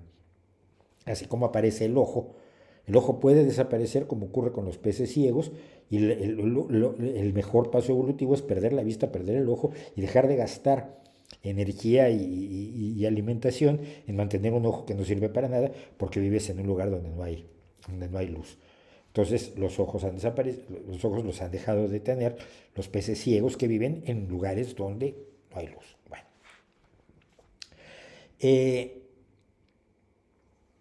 Pero supongamos que la vida se desarrolla en algún lugar del universo. ¿Desarrollará inteligencia? Eso es más difícil. Hasta donde sabemos, solo una rama de primates dio como resultado especies inteligentes. Con los últimos descubrimientos sabemos que las primeras pinturas que se han descubierto son efectivamente neandertales. Los neandertales eran tan humanos como nosotros, o lo más parecido a nosotros que se puede hacer. Eran humanos de otra especie, pero eran humanos. El Homo habilis era humano. Tenemos varias especies humanas, algunas son nuestros parientes, algunas son nuestros parientes, otros son nuestros ancestros directos, pero solo esa rama desarrolló algo que nosotros llamaríamos inteligencia. Solo una de esas logró llegar hasta donde estamos nosotros haciendo streamings por internet. Es seguro que donde quiera que aparezca la vida va a pasar esto. No lo sabemos, es difícil. Hubo grandes desapariciones de vida a lo largo de la historia de la vida en nuestro planeta sin que la inteligencia se presentara, sin que eso que llamamos inteligencia, que probablemente es una cuestión altamente improbable y aleatoria, se presentara. Los dinosaurios no evolucionaron hacia la inteligencia, los celenterios no avanzaron hacia la inteligencia, los marsupiales no avanzaron hacia la inteligencia, y unos mamíferos ahí extraños resultó que dieron un paso en un momento dado, dieron la vuelta donde no debían y desarrollaron algo que nosotros llamamos inteligencia, que no me voy a poner a definir ahora. ¿Es probable que esto ocurra en otros lugares del universo? Sí, pero poco. Menos probable que haya vida. Pero es probable. No se puede negar la probabilidad de que haya lo que llamamos inteligencia y que haya lo que llamamos tecnología, aunque sea más improbable. Lo que es altísimamente improbable es que alguna de esas civilizaciones tecnológicas se ponga en contacto con nosotros, porque no tiene forma de saber que existimos. Puede detectar nuestro planeta como un exoplaneta ya, lejos, en una esquinita de la Vía Láctea. Hay un puntito azul y otro puntito rojo junto a Marte y la Tierra. Mira, alguno de esos dos tendrá Tierra. Sí, hacemos un cuento de ciencia ficción. Pero ¿cómo van a saber que existe vida? Hemos hablado mucho ya de las emisiones de radio. Bueno, las emisiones de radio cuentan nuestra historia. Sí, hasta radio de unos 100, ciento y tantos años luz. Luego esas emisiones se vuelven ruido, no se mantienen. Eh, si tú emitiste una canción de los Beatles hace cuando empezaron los Beatles, ahora en el borde donde están ya no se oyen como se oían cuando salieron de la radio. Las ondas de radio se van degradando. Y pasado un punto más, son parte del ruido de fondo del universo. No hay forma de que nos identifiquen y sepan que tienen que venirnos a visitar, porque aquí estamos nosotros que nos sentimos muy inteligentes. Es muy poco probable. Puede pasar, no es imposible. Es altamente improbable. Yo sería el primero que saltaría de felicidad si pasara, si ocurriera. Es casi seguro que hay vida en otros lugares porque todos los materiales que componen la vida son comunes al universo. Que haya vida o que haya vida inteligente, sin embargo, sigue sin tener nada que ver con los chifladitos que dicen, es que yo me encontré unos extraterrestres que parecían unos señores altos, rubios, guapos, simpáticos, me llevaron a dar la vuelta y me dejaron aquí en la Tierra con el mensaje de que todos tenemos que ser buenos y ser hermanitos y querernos mucho y ya no hacer guerras que son feas. No me jodas, hombre. Una raza, una especie que viaje, que además viaje las distancias que habría que viajar cuando son distancias de cientos de millones de años luz que no aguantan la vida de ningún ser vivo. Que viajen para decir eso, pues, francamente, no merecen muchísimo respeto que digamos. Y ese es el otro punto. El universo es más grande de lo que la gente cree y el ser tan enormemente grande es muy difícil. Si nosotros detectáramos una inteligencia a 1000 años luz, no vamos a entrar en contacto con ellos nunca. Si les mandáramos un mensaje, tardaría 1000 años en llegarles. Si tarda otros 1000 años en responderlo, recibiríamos la respuesta dentro de 2000 años. Hola, ¿cómo estás? ¿Estás allí? Sí estoy. 4000 años llevamos ya de esto. Las distancias y la imposibilidad de viajar a una velocidad mayor que la de la luz que nos imponen las leyes de la naturaleza hacen muy difícil que aceptemos que ya nos han visitado cientos de extraterrestres y que a lo que han venido, a lo más importante a lo que han venido, es enseñarnos a amontonar piedrecitas y a ser buenitos y no a hacer guerritas. Por favor, un poco de inteligencia. Si suponemos que los extraterrestres son inteligentes, por lo menos tratemos de que sean más inteligentes que Donald Trump, ¿no? Así que esa es la visión de la vida en el universo. Seguro que con esto ya se enojan conmigo otro poquito más. ¿Y cómo vamos de tiempo? Vamos muy mal de tiempo. Entonces esto lo tengo que hacer antes que ninguna otra cosa. Nuestra tontería posmo de la semana.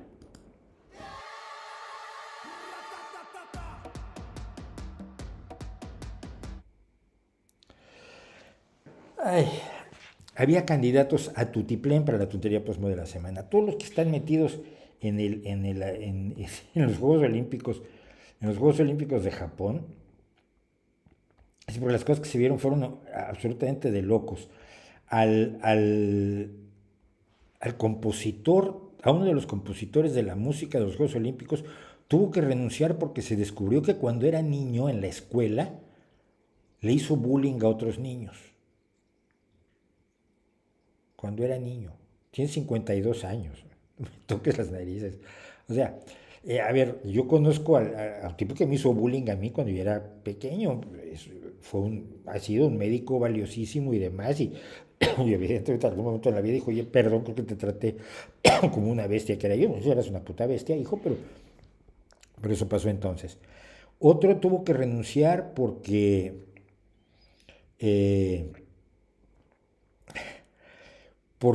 como parte de un grupo de comedia, en un sketch cómico de 1998 hizo un chiste sobre el Holocausto. Que los chistes sobre el Holocausto pueden ser de muy mal gusto, pero primero que nada hay muchísimos, mucha gente los cuenta, y dos, por Dios, en el 98 no parecía tan mala cosa.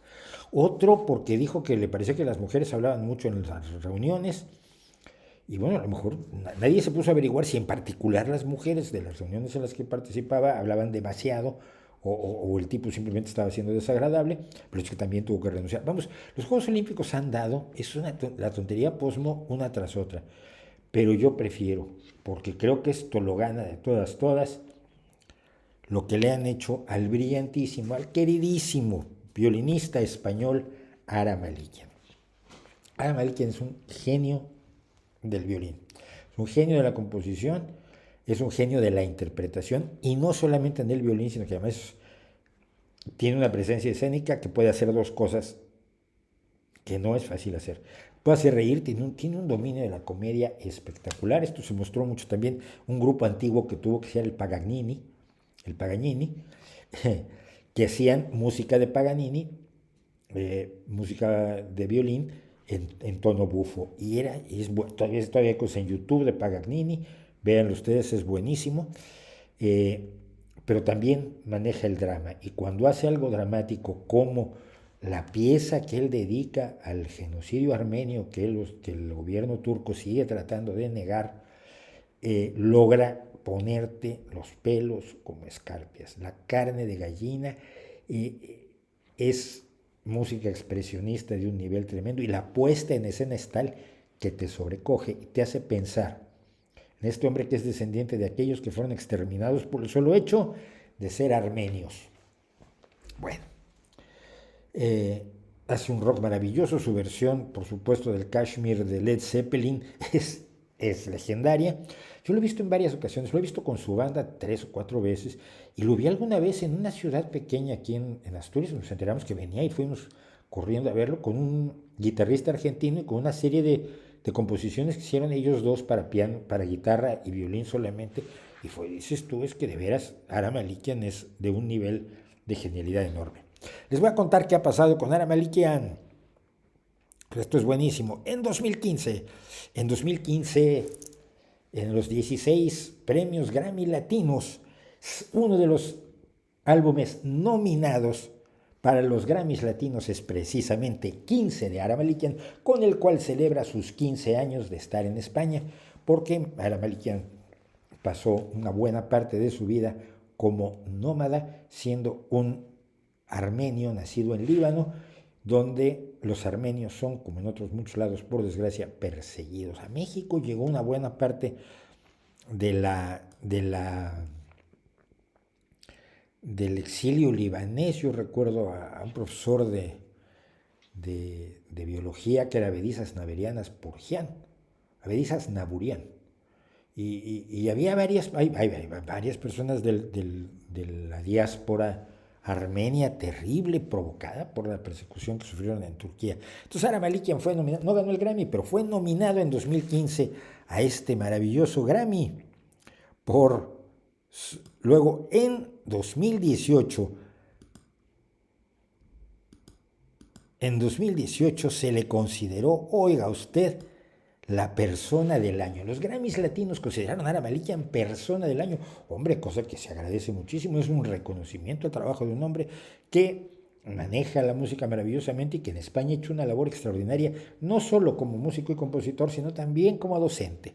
Entonces fue fantástico y se le agradeció, y Ara Malikian estaba encantadísimo de la vida, a tal nivel que lo invitaron a tocar en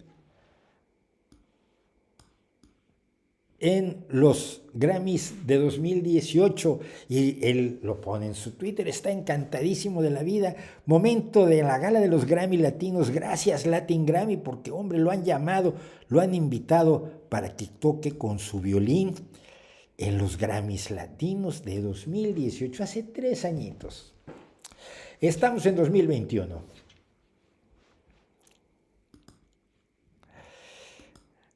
Ara Malikian ha sido descalificado de los Grammys Latinos porque no es lo suficientemente latino.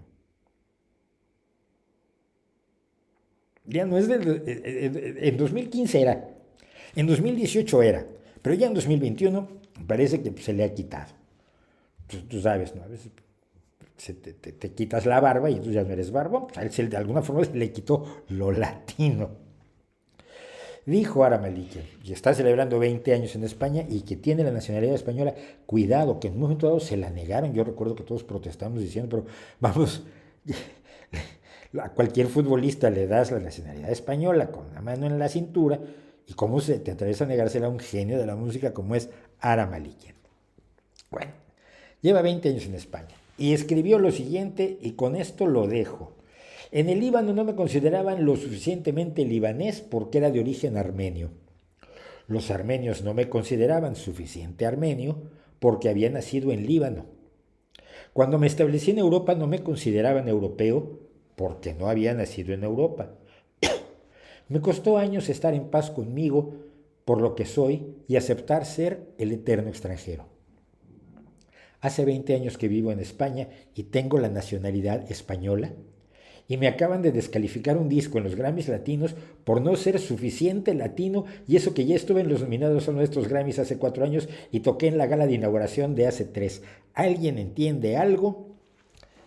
Tengo la desgracia de que yo sí lo entiendo ahora, y te lo voy a explicar. Esta gente es imbécil. Esta gente se inventa identidades. En este caso, la identidad latina,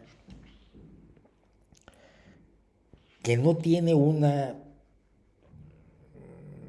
fronteras precisas. Yo soy latino. La mayor parte de mi genética es española, supongo que sería latino, pero soy indígena zapoteca. Bueno, sí, soy latino, pero eso, y en parte soy irlandés.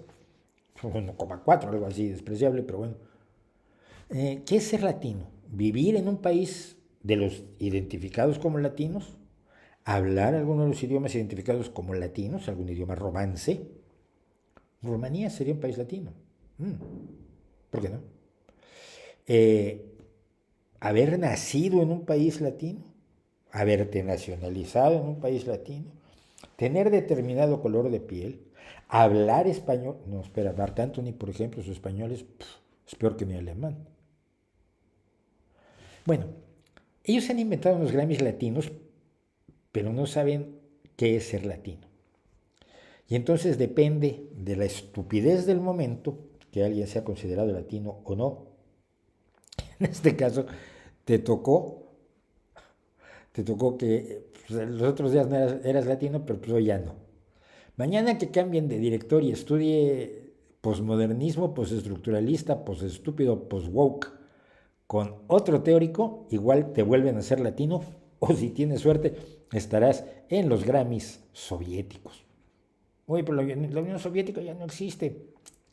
Se la inventarán si quieren. Esto es lo más bobo que he visto en muchísimo tiempo, es hacer depender el talento, el disfrute, la creación, el reconocimiento al arte a consideraciones absolutamente caprichosas, subjetivas e imbéciles. Obviamente, los Grammys latinos necesitan mucho más a un Ara Malikian, viendo el nivel musical de sus grandes ídolos, y de Maluma, y de Pitbull, y de Daddy Yankee. Los Grammys latinos necesitan muchísimo más a Ara Malikian de lo que Ara Malikian necesita a los Grammys latinos, pero sí, efectivamente, es una ofensa para un músico al que 2 veces se le ha considerado de grandísima importancia como miembro de la cultura latina, como la quieras ubicar, y que un día después le digan, no, resulta que ya no calificas para ser parte del club, y ni siquiera te puedo decir por qué. ¡Qué puta vergüenza posmoderna! En fin, bueno, y para quitarnos el mal sabor de boca, nada mejor que la poesía. Y hoy voy a hacer una reivindicación que tenía muchas ganas de hacer hace tiempo y que va a traer problemas, y ahora vamos a ver por qué.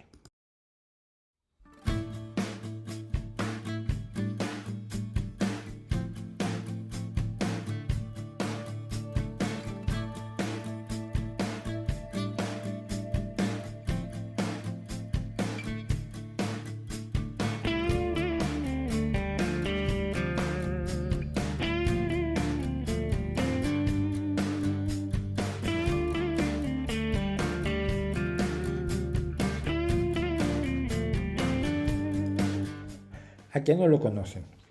Bueno, en realidad sí lo conocen, pero siempre lo conocen ustedes en una pintura que lo tiene un poco más peinado, como un poco más 1999 o 2021, y así con una cosa, un rollo un poco más lánguido. Pero este señor es Gustavo Adolfo Bécquer. Y Gustavo Adolfo Bécquer está considerado como el poeta de lo cursi, y es un poeta tan extraordinario, tan innovador, tan rico en su lenguaje, tan atrevido para hacer rimas que no riman y vendértelas como rimas y durante 100, ya más de 100 años colarte las rimas que no riman. Pero entre volverán las oscuras golondrinas, poesía eres tú y clavas en tu pupila, en mi pupila, tu pupila azul, oportunidad siempre para que llegue el tonto de Twitter y te diga, pero no es la pupila, es el iris. Sí, ya lo sabíamos. Es poesía, no es la anatomía avanzada, no es la anatomía de Grey. Pero, pero como que ve que eres una enfermedad de la juventud, es así como paperas poéticas o como sarampión poético, que uno a los 12, 13 años descubre a Becker y dice, ¡ay, esto es toda la poesía del mundo y quiero escribir poesía como él! Y lo hace uno, lo cual es vergonzoso para uno. Años después lee aquello y dice, Dios mío, yo perpetré este poema. Pero es inevitable en la juventud. Gustavo Adolfo Bécquer, vamos a dejarla donde se vea bien bonito. ¿Sí? Y luego resulta que uno reniega de Bécquer, como reniega de muchas barbaridades de juventud. Y yo creo que es un error. Yo creo que es un error porque Bécquer tiene mucho, incluso en sus rimas, que es poesía que todavía tiene algo que decir y que va mucho más allá del romanticismo del siglo XIX que lo caracteriza, de esa manera de idolatrar a la amada, de sufrir como Precious de una manera terrible, un sufrimiento espantosísimo por el amor perdido, por la traición, o la no traición, la decepción amorosa, etcétera, etcétera. Es decir, todo, todos esos elementos que son tan consustanciales a Bécquer no son el todo de Bécquer, ni mucho menos. Y entonces pues, yo quiero reivindicar a Gustavo Adolfo Bécquer, ¿por qué no? Vamos a leer 3 o 4 poemas de él.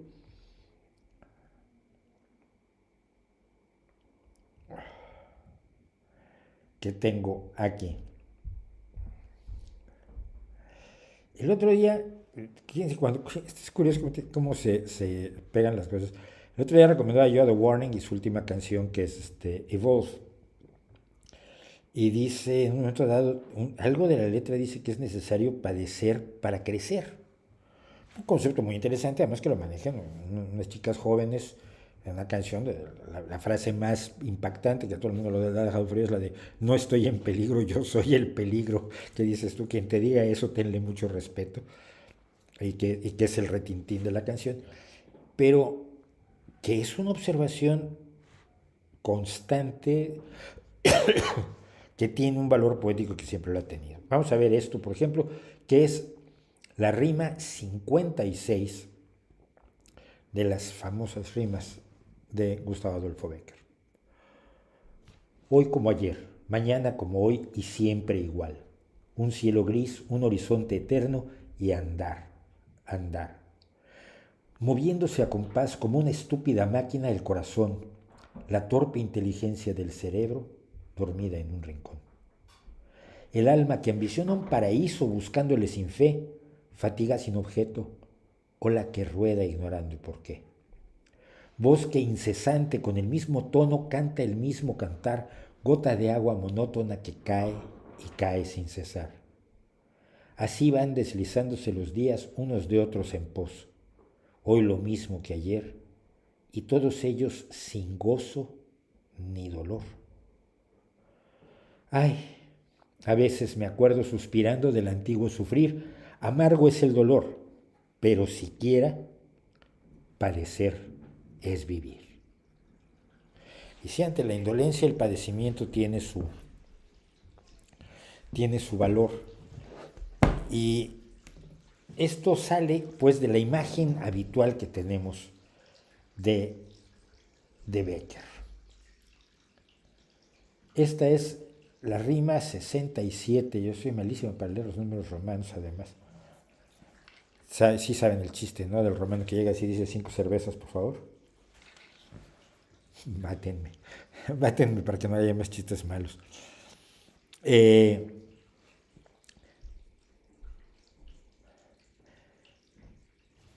hermoso es ver el día coronado de fuego levantarse y a su beso de lumbre brillar las olas y encenderse el aire. Qué hermoso es tras la lluvia del triste otoño en la azulada tarde, de las húmedas flores el perfume aspirar hasta saciarse. Qué hermoso es cuando en copos la blanca nieve silenciosa cae, de las inquietas llamas ver las rojizas lenguas agitarse. Qué hermoso es cuando hay sueño dormir bien y roncar como un sochantre y comer y engordar. Y qué desgracia que esto solo no baste.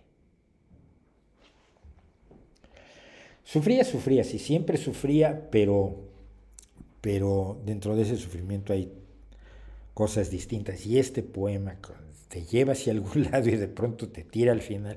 Me parece un ejemplo maravilloso. Es poesía del nivel más alto del mundo y no se queda en la cursilería que algunos con la que algunos quieren circunscribir a Gustavo Adolfo Bécquer. Acabo de cerrar lo que... Bueno.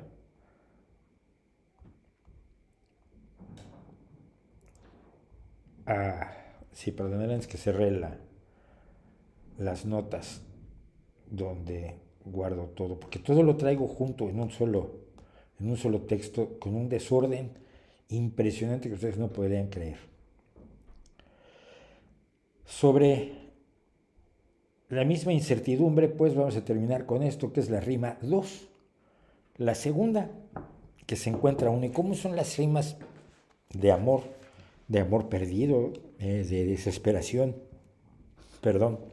de sufrimiento, las que se nos quedan cuando esto es de las primeras cosas que uno se encuentra cuando abre por primera vez ese libro maravilloso que son las rimas y leyendas? Creo que yo me leí 2 de las leyendas, pero las rimas me las leí un par de millares de veces. Saeta que voladora cruza arrojada al azar y que no se sabe dónde temblando se clavará.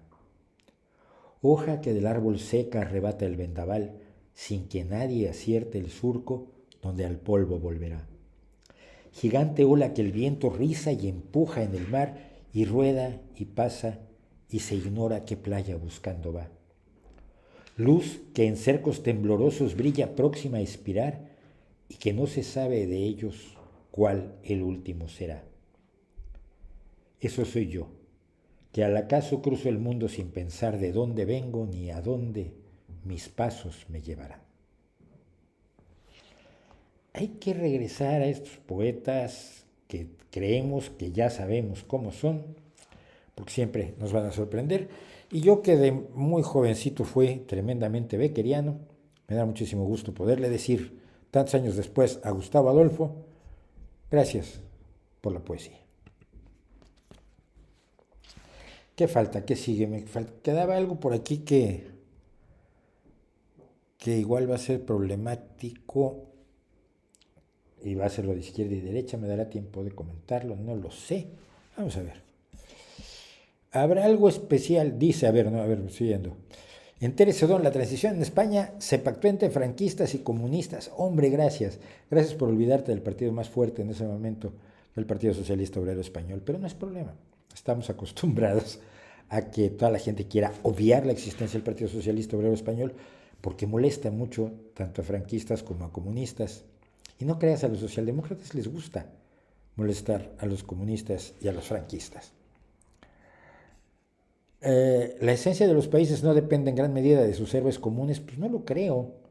Porque entonces entramos en rollos de identitarismo. ¿No puede ser mi héroe Mandela? Es que soy mexicano y español con raíces indígenas y algo del norte de Europa. Pues Mandela me queda un poco lejos. Geográfica, cultural, era un guerrero Xhosa. Trato de pronunciar el clic de los Xhosa, perdónenme que no lo sepa hacer bien. O más lejos de mi experiencia no está Mandela, pero Sí, yo quiero identificarme con Mandela antes que con algunos héroes que me han tocado en mis alrededores históricos. Eh, Dice Carlos Espíndola, ¿habrá algo especial para el aniversario de los streamings el 20 de agosto? El aniversario lo vamos a celebrar el día 19. Estoy pensando en hacer 3 horas a ver si reviento. Y estoy pensando en hacer algo especial, pero no sé qué. Si tienen ideas de algo que podamos hacer, pues les voy a agradecer muchísimo que las, eh, las compartan y las envíen perdón que estoy escribiendo, a nuestro correo electrónico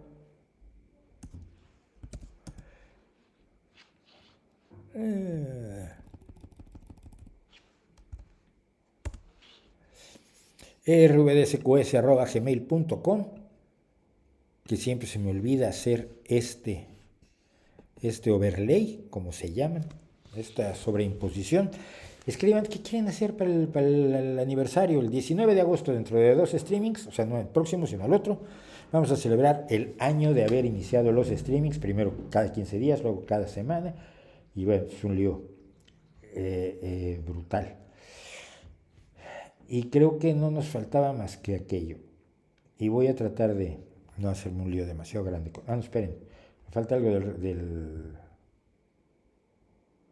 Sí, no, prefiero hacerlo del rey, lo que quedaba, y en todo caso izquierda y derecha lo dejamos para después.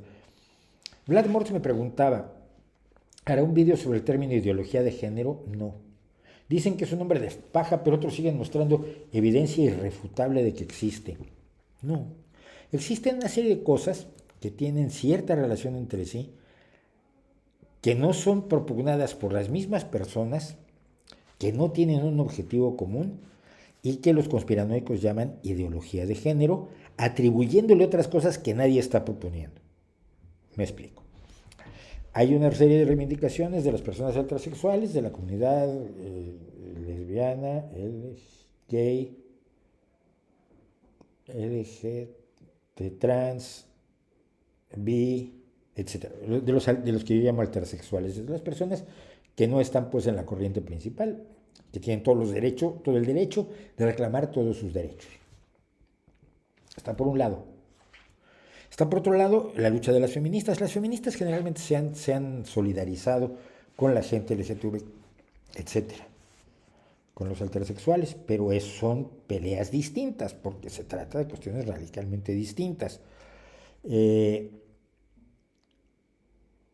Hay un movimiento en favor de la tolerancia y la inclusión, que tú no puedes excluir a la gente porque no te guste que sea trans o que sea bisexual. Pues yo sigo creyendo que lo que hace uno en su cama es asunto de uno y no de nadie más. Yo no me extraña mucho ver a tanta gente que en sus bios de Twitter ponen soy bisexual y me gusta que me llamen él o ella o ellos o ella. Y me gustan chicos y chicas, pero yo nunca me he sentido con la necesidad de identificarme así. Prefiero tratar de decir soy socialdemócrata y lucho por la justicia. Creo que es más interesante. O me gusta la poesía y la buena música. Pero son distintas cosas que inciden en la sociedad de una manera clara.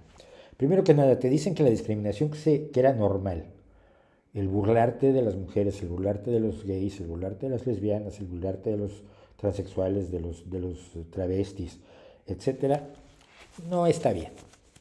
Se hizo y era parte de un tipo de comedia que ahora ya no pega. Que no puedes dejar de contratar a alguien porque no te guste su sexualidad, que además no debería ser asunto tuyo. Que no puedes excluir a los chicos de la escuela por ser gays o lesbianas o transexuales o bi, o porque sus padres lo son. Todo eso son cuestiones que tienen relaciones entre sí, pero que no conforman una ideología. La palabra ideología de género se la inventa el Vaticano concretamente, lo que pues que la derecha evangélica estadounidense lo adopta rápidamente como todos los conceptos que son interesantes y de empuje mediático, pues lo adoptan porque les sirve para contar sus propios cuentos, a partir de la del Foro de Pekín, donde se establecieron una serie de cuestiones respecto del feminismo que a la Iglesia no le gustan muchísimo. Entre otras, la libertad de la mujer de usar su cuerpo como le dé la gana, el aborto libre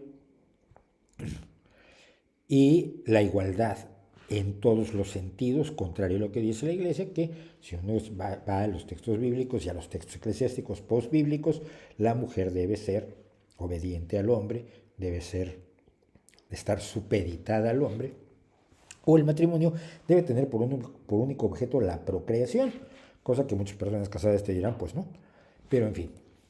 Entonces, esa palabra ideología de género que salió contra el feminismo en un momento dado por parte del Vaticano, se convirtió en la siguiente idea.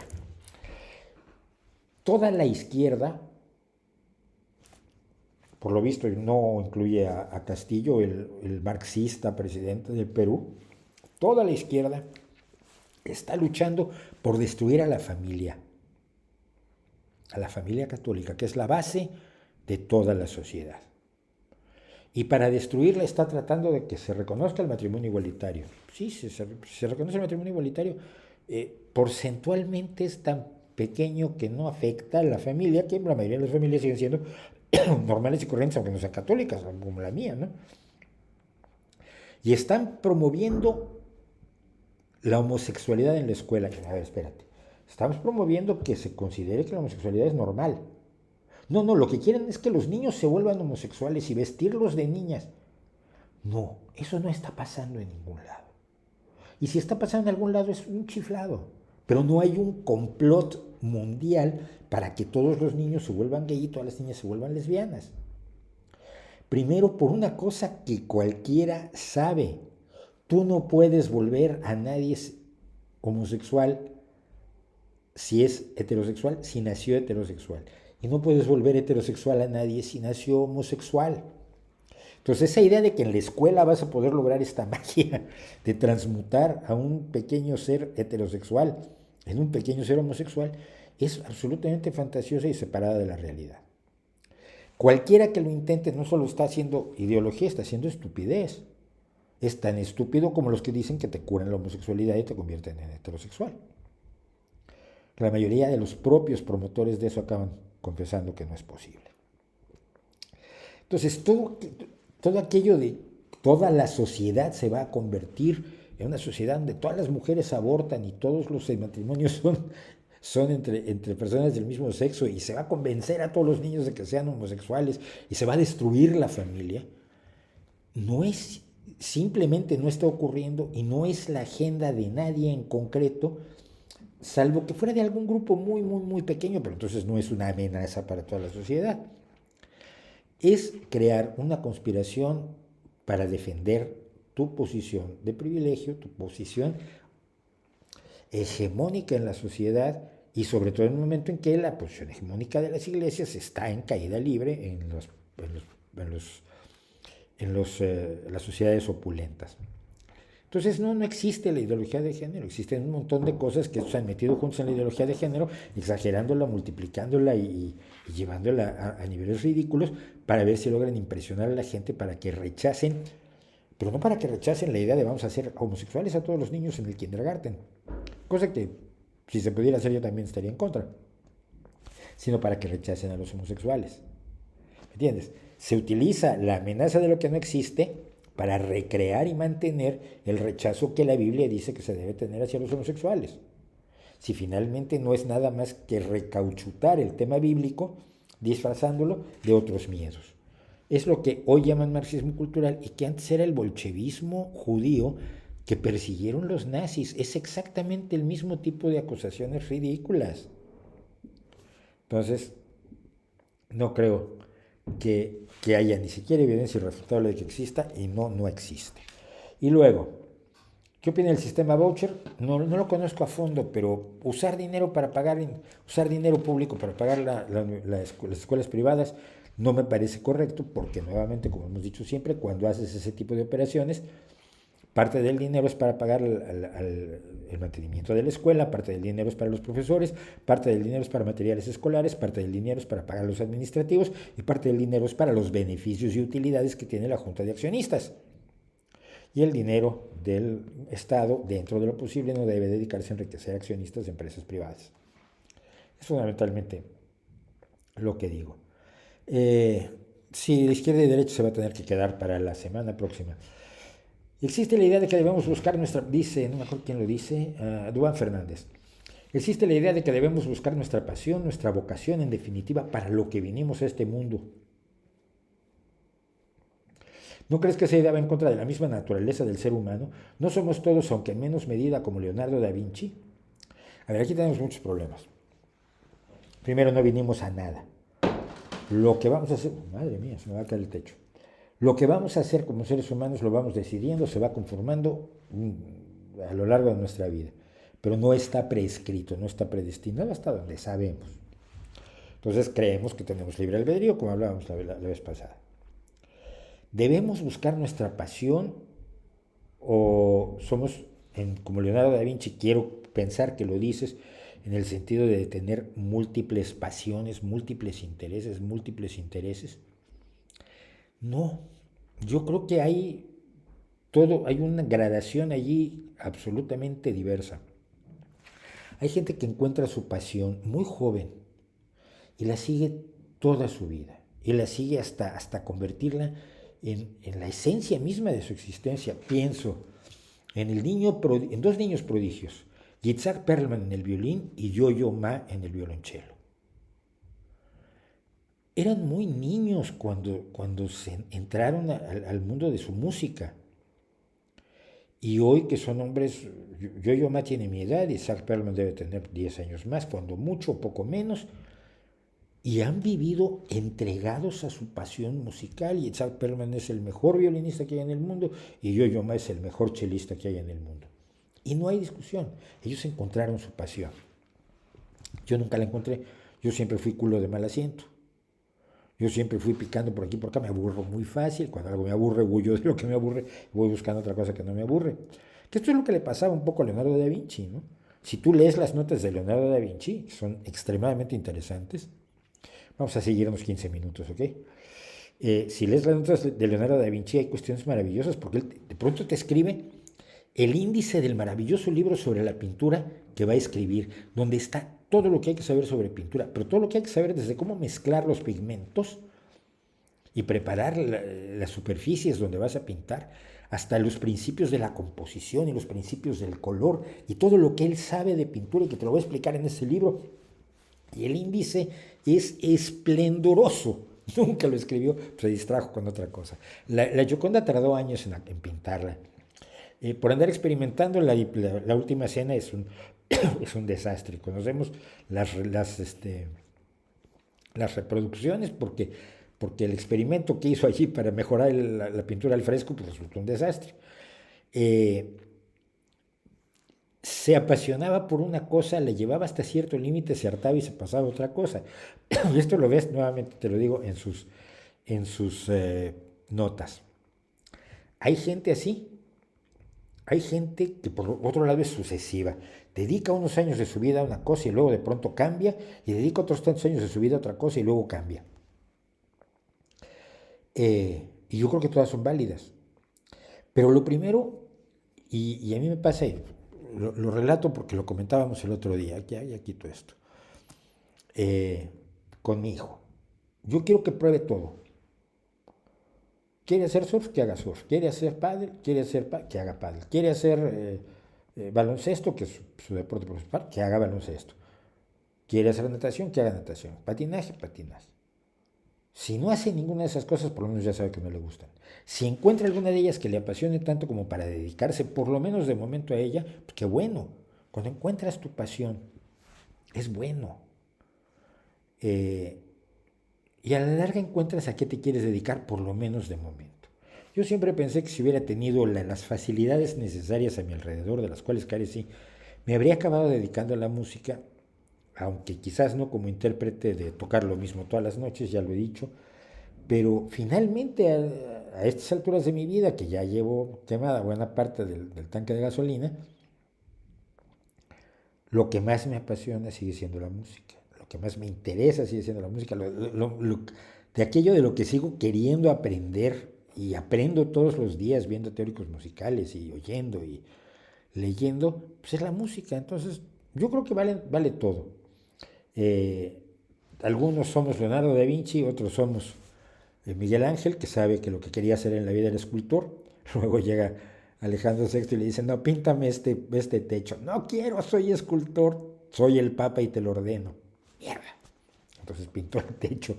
Pero sí, y siempre recuerdo que por una investigación que hice sobre el techo de la Sixtina, que está lleno de herejías para una novela que nunca terminé, todas sus cartas Miguel Ángel las firmaba como Michelangelo, scultore in Roma. Él era escultor en Roma, por más que lo obligaran a pintar esa cosa tan maravillosa que es el techo de la Capilla Sixtina.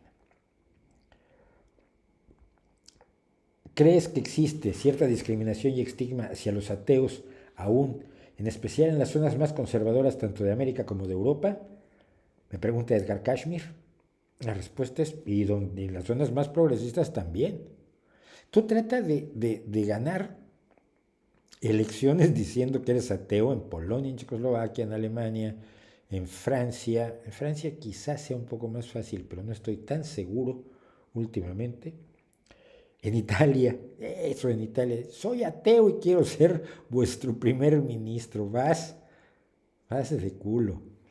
Hay una discriminación enorme. Hay decir que eres ateo y ser profesor de escuela, por ejemplo, puede ser muy problemático en muchos casos.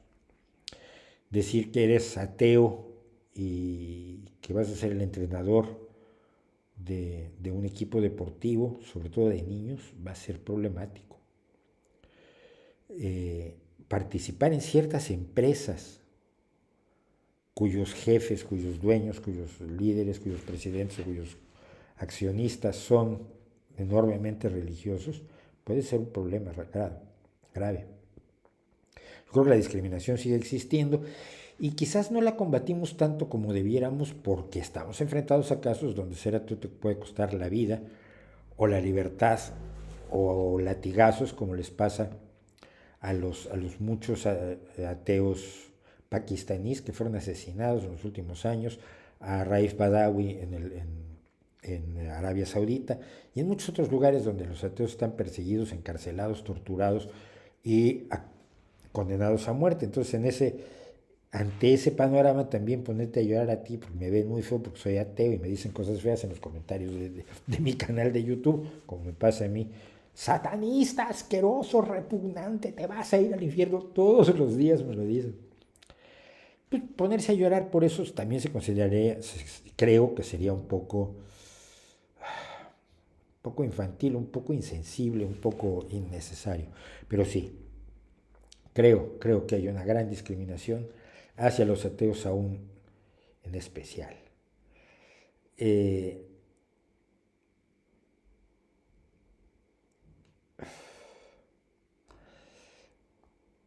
Una última cosa de María del Razo, y porque me dice que en el caso de la autodefensa en México, porque la delincuencia, pues, como sabemos, galopa sin control, mientras la política oficial es de abrazos no balazos, es decir, de darle impunidad a la delincuencia en lo que se resuelve el tema de la pobreza, calculando que cuando la pobreza desaparezca, pues desaparecerá la delincuencia. Esa es la fantasía que se ha generado Andrés Manuel López Obrador y es la que domina toda la política de combate a la delincuencia en México. Y entonces me dice María del Razo, hablando con mis conocidos he intentado explicarles que la venganza no es justicia y que el sistema penal debería readaptarlos a la sociedad como has mencionado en tus vídeos, pero no he conseguido nada. ¿Cuáles serían tus argumentos para explicar que la venganza no es justicia y que una sociedad no debe recurrir a bajezas como la muerte de delincuentes? Y me pide un vídeo sobre sistemas penales y judiciales. Yo me meto en el tema de los asuntos penales y judiciales solo por cuanto afecta al pensamiento crítico. No soy experto en temas penales y judiciales y cuando necesito información voy a expertos penales y judiciales que afortunadamente a mi alrededor tengo algunos de primerísimo nivel. Pero ¿por qué la venganza no es justicia? Primero porque genera el deseo de venganza en el otro. Como la víctima de la venganza no siente ser víctima de la justicia, si tú mataste a mi papá, puede ser la princesa prometida o Pedro Páramo, me da igual. Y yo te mato a ti, tus hijos no consideran que yo hice un acto de justicia, sino que yo hice un acto de venganza. Y por lo tanto, tus hijos, ¿qué van a querer hacer? Vengarse. La venganza genera este tipo de ciclos de, de violencia, ejemplificados quizás cómicamente con la guerra, la famosa guerra de los McCoy en las Rocallosas, en las Rocallosas o en los Apalaches en los Estados Unidos. No recuerdo en qué sierra famosa de los Estados Unidos fue, pero una guerra de dos familias que se dieron, los McCoy, y no me acuerdo cuáles eran los otros, que se dieron de tiros durante años. Y estos enfrentamientos familiares que los hemos visto en otros lugares y en otras culturas. Pero una cosa fundamental, si tú consideras que el asesinato es malo y como sociedad quieres defenderte del asesinato, lo que no puedes hacer es convertirte en asesino. Primero que nada porque careces de autoridad moral para posteriormente condenar el asesinato. No, y me dirás tú, claro, por supuesto, pero yo mato con razón y con justicia y aquel no. Sí, el problema es que aquel cree también que él mata con razón y con justicia, que en la guerra de cárteles es justo el matarse porque así se consiguen ciertos objetivos y vamos, el ser humano se justifica para todo, lo hemos visto cuando tú oyes a los perpetradores de las atrocidades nazis justificándose, nunca negando las atrocidades, pero siempre justificándolas. El ser humano se puede justificar de lo que sea porque tiene que vivir consigo mismo todos los días. Entonces, justificarse es muy sencillo. Yo mato porque es justicia y a mí también me están haciendo justicia al matarme, o no lo van a ver así mis compañeros y querrán ejercer la venganza. Entonces, la única forma que puedes demostrar que eres superior al asesino es actuando de una manera moralmente superior al asesino. Primero, tratando de entender las causas de su accionar. En muchos casos, el asesino no va a volver a asesinar. En la gran mayoría de los casos. Y si no va a volver a asesinar, lo que tienes que hacer es enseñarle a no volverlo a hacer, resarcir en lo posible el daño a la familia de su víctima o víctimas, pero sobre todo darle a él la oportunidad, y a la sociedad la oportunidad de reiniciar una relación sana. Si tú eres un asesino, no puedes condenar a otros asesinos. Y lo más grave, siempre puedes equivocarte. A raíz de los descubrimientos del ADN, a raíz de la posibilidad de identificar personas individualmente con enorme precisión mediante el conocimiento de las secuencias del ácido desoxirribonucleico, hemos descubierto que hay miles de personas inocentes en las cárceles.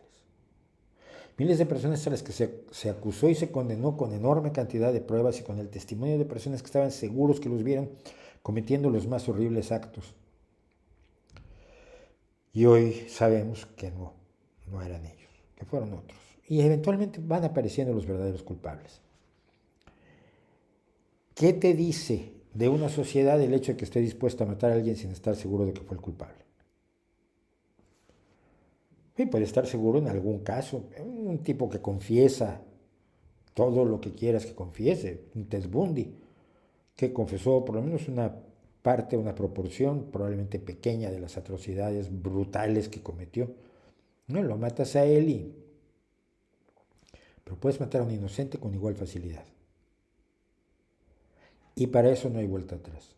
Mantener a un vago en una cárcel durante 20 años es un precio altísimo, pero una sociedad debe estar dispuesta a pagarlo por no pagar el precio de enfrentarse a su familia y decir, lo ejecutamos pero era inocente. Ya no podemos hacer nada al respecto porque lo enterramos hace 15 años que podía haber visto a sus hijos crecer, así fuera en las zonas de visita de la cárcel. Es demasiado riesgoso. Trata de leer a Cesare Beccaria. Cesare Beccaria fue un ilustrado italiano que fue el primero que se opuso a la pena de muerte. La venganza satisface una pasión humana. La justicia satisface un valor humano. Son dos cosas totalmente diferentes y una siempre es preferible a la otra. Cuidado. A nivel personal, todos nosotros podemos desear la venganza. Legítimamente. Y probablemente ejercerla. Yo cuando hablo de esto es como sociedad no nos podemos dar el lujo de actuar como actuaríamos como individuos. Si alguien le hace daño a alguno de mis hijos, si alguien le hace daño a mi perro, es muy probable que yo quiera ejercer venganza. Pero la sociedad no se puede hacer eco de esa reacción emocional, de esa reacción atávica, de esa reacción asocial, porque finalmente lo es. Y esa es la diferencia. Espero haberte sido útil con esta respuesta. Y por mi parte, creo que es todo. Nos pasamos 13 minutos, cosa que nunca hago, pero yo tenía ganas de hacerlo en preparación de lo que vamos a hacer. Recuerden todos ustedes, si quieren decirme algo de cómo vamos a hacer dentro de 2 semanas la celebración del año de En Vivo y Con Todo del Rey Va Desnudo, pues háganlo por favor. Apóyennos en Patreon, apóyennos en GoFundMe, apóyennos en PayPal, apóyennos en todo lo que puedan. Si le había puesto a Frederick Hayek, creo que le puse Augusto Hayek o algo así.